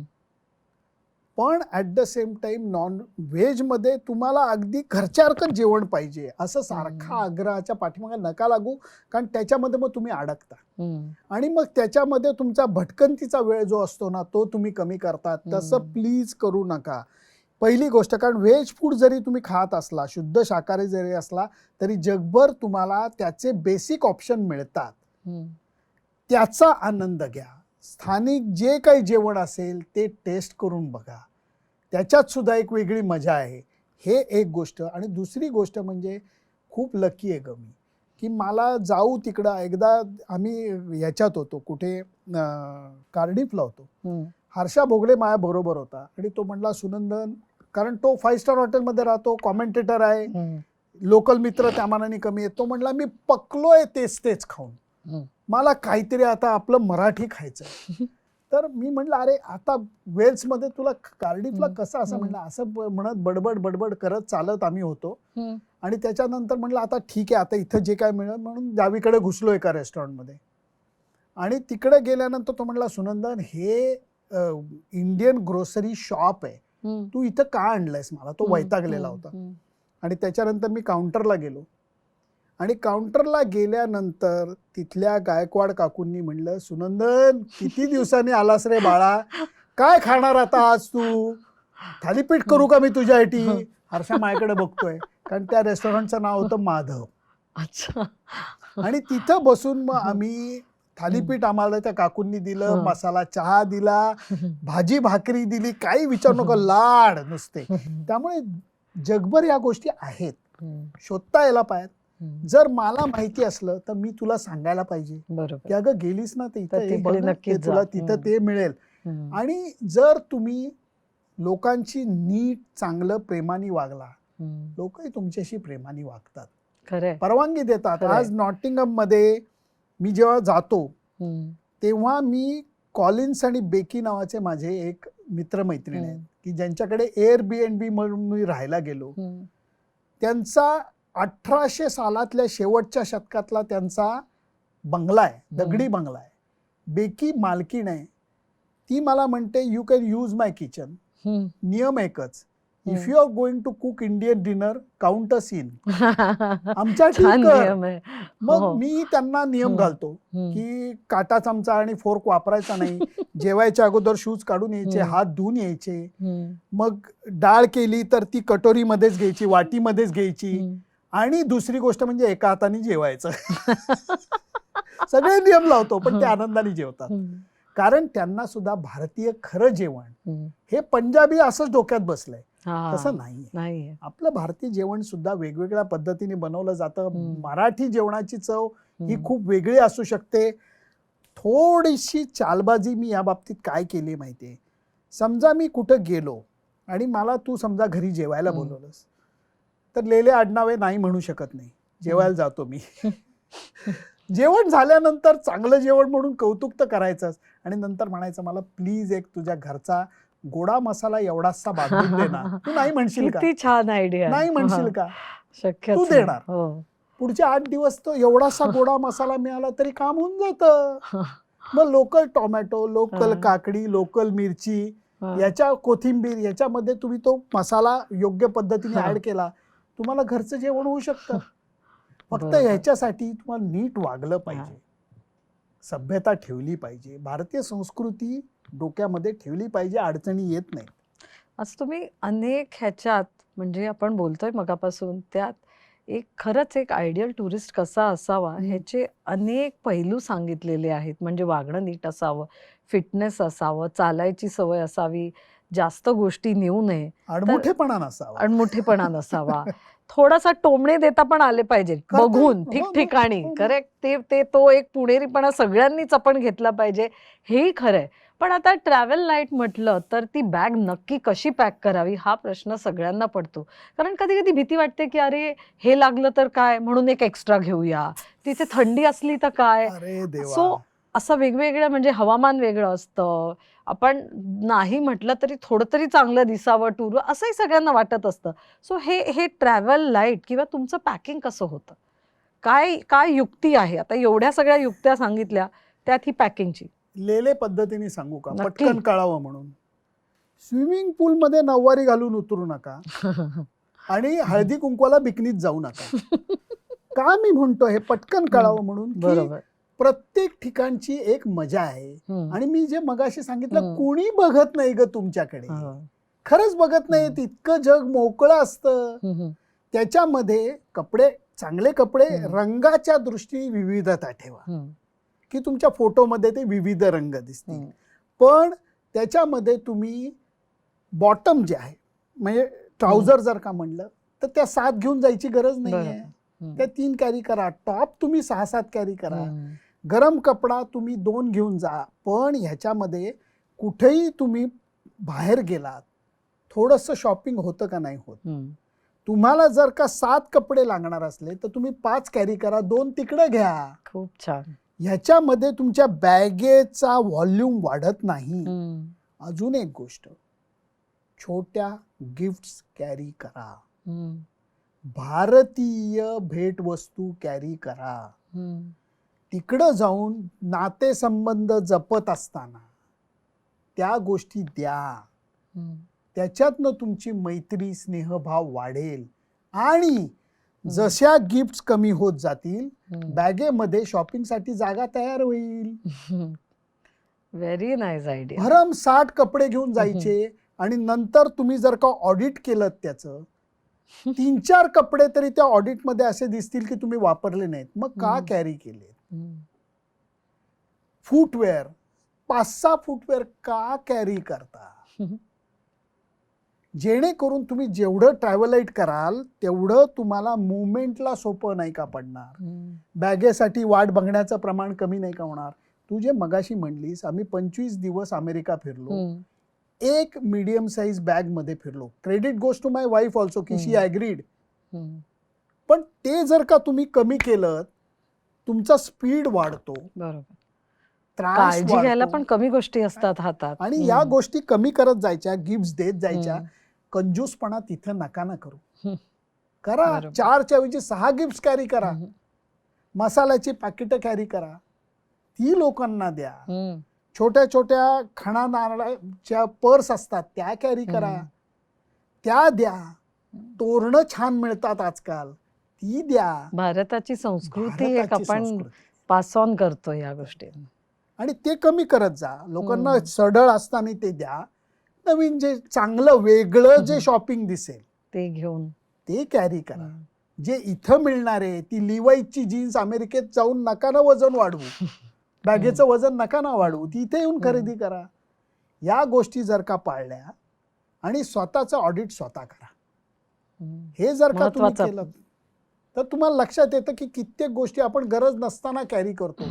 वीणा वर्ल्डच्या बरोबर तुम्ही ट्रॅव्हल करत असताना खाण्याची कमी पडणार आहे का? 3 प्रकारचे लाडू नका ना कॅरी करू. काय गरज आहे? ऐकत नाहीत लोक. माझ्या बरोबर जे ट्रॅव्हल करतात त्यांना या गोष्टी आता हळूहळू पटायला लागल्या. माझ्या पत्नीला हळूहळू पटल्यात. त्यामुळे we travel light, we enjoy more. Very nice. तुम्ही जगभर फिरताय, ट्रॅव्हल लाईट करताय, स्वतःची काळजी घेताय आणि इतरांनाही खुश करून एक जगभर मित्र परिवार वाढवत जाताय. खूप ठिकाणी फिरलाय, अनेक वेळा फिरलाय. खूपच मजा आली आज या सगळ्याबद्दल बोलताना.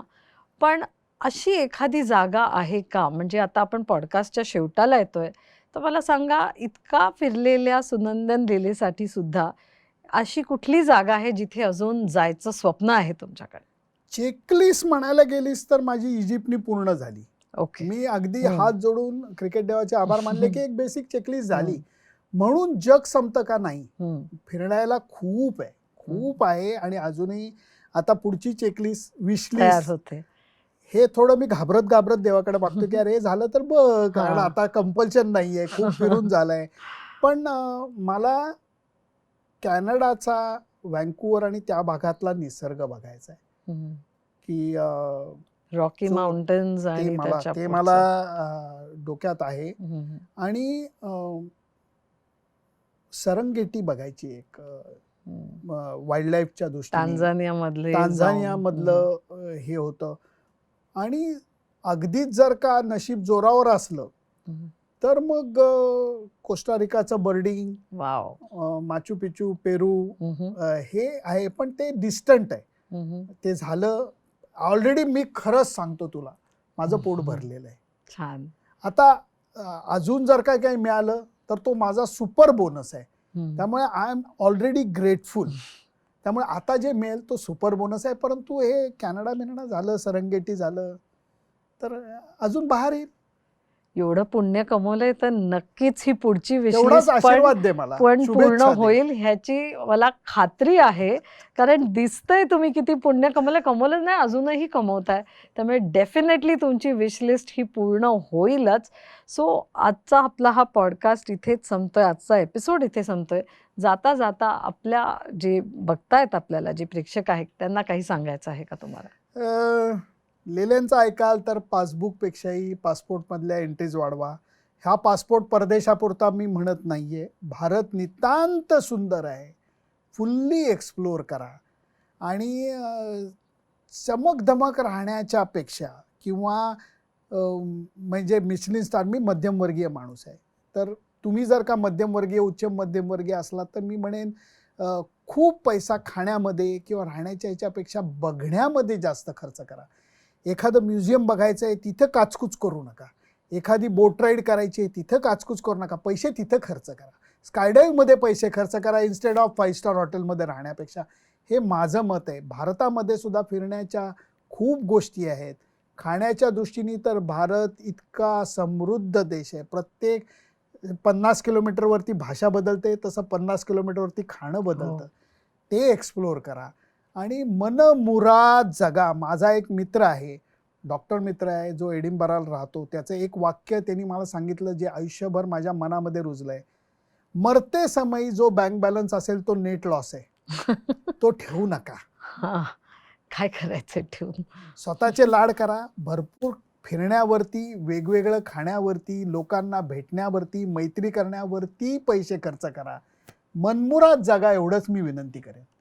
आजचा एपिसोड कसा वाटला हा तुमचा अभिप्राय आमच्यासाठी महत्त्वाचा आहे. आणि आमची एक पद्धत आहे की आमचं एक मेमरी बुक आहे, त्यात आम्ही हा लिहून घेतो. सो प्लीज या बुकमध्ये तुमचं नक्कीच फीडबॅक द्या. मला जरा लिहिता वाचता येत नाही, तरी मी प्रयत्न करतो. पण अगं खूप मजा आली. कारण आपण मनमोकळ्या गप्पा हे सर्वात महत्वाचं गोष्ट असते माझ्यासाठी. आणि त्या झाल्या, त्यामुळे bring it on. Yes, thank you.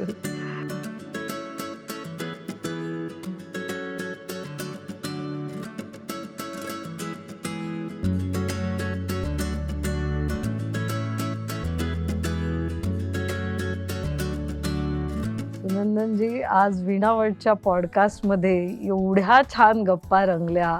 हे तुम्ही आज येऊन आमच्याशी गप्पा मारल्या, त्याच्यामुळेच खूप मजा आली. Thank you very much. म्हणजे तुमचे आभार मानणं हे कमी पडेल मला, बट थँक्यू सो मच. खरंच मजा आली. आणि मला असं वाटतं आज आपण खरंच अराउंड द वर्ल्ड फिरून आलोय. एकदा नाही, दोनदा नाही, तर परत परत. सो हे होतं around the world with Sunandan Lele. असाच वीणावटचा पॉडकास्ट ऐकत राहा, लाईक करा आणि शेअर करा. कारण हे पॉडकास्ट रेकॉर्ड करताना आम्हाला खूप आनंद मिळतोय, खूप मजा येते. आणि माझी खात्री आहे की हा बघताना तुम्हाला आमच्यापेक्षाही जास्त आनंद मिळत असेल. कारण अशा म्हणजे लोकांकडून आपल्याला त्यांचे अनुभव ऐकायला मिळत आहेत आणि त्या सगळ्यांनी आपलेही अनुभव अधिक चांगले होत आहेत. तर पुढच्या वेळी परत भेटूया वीणावटच्या अराउंड द वर्ल्ड या पॉडकास्टवर. तोपर्यंत बाय बाय.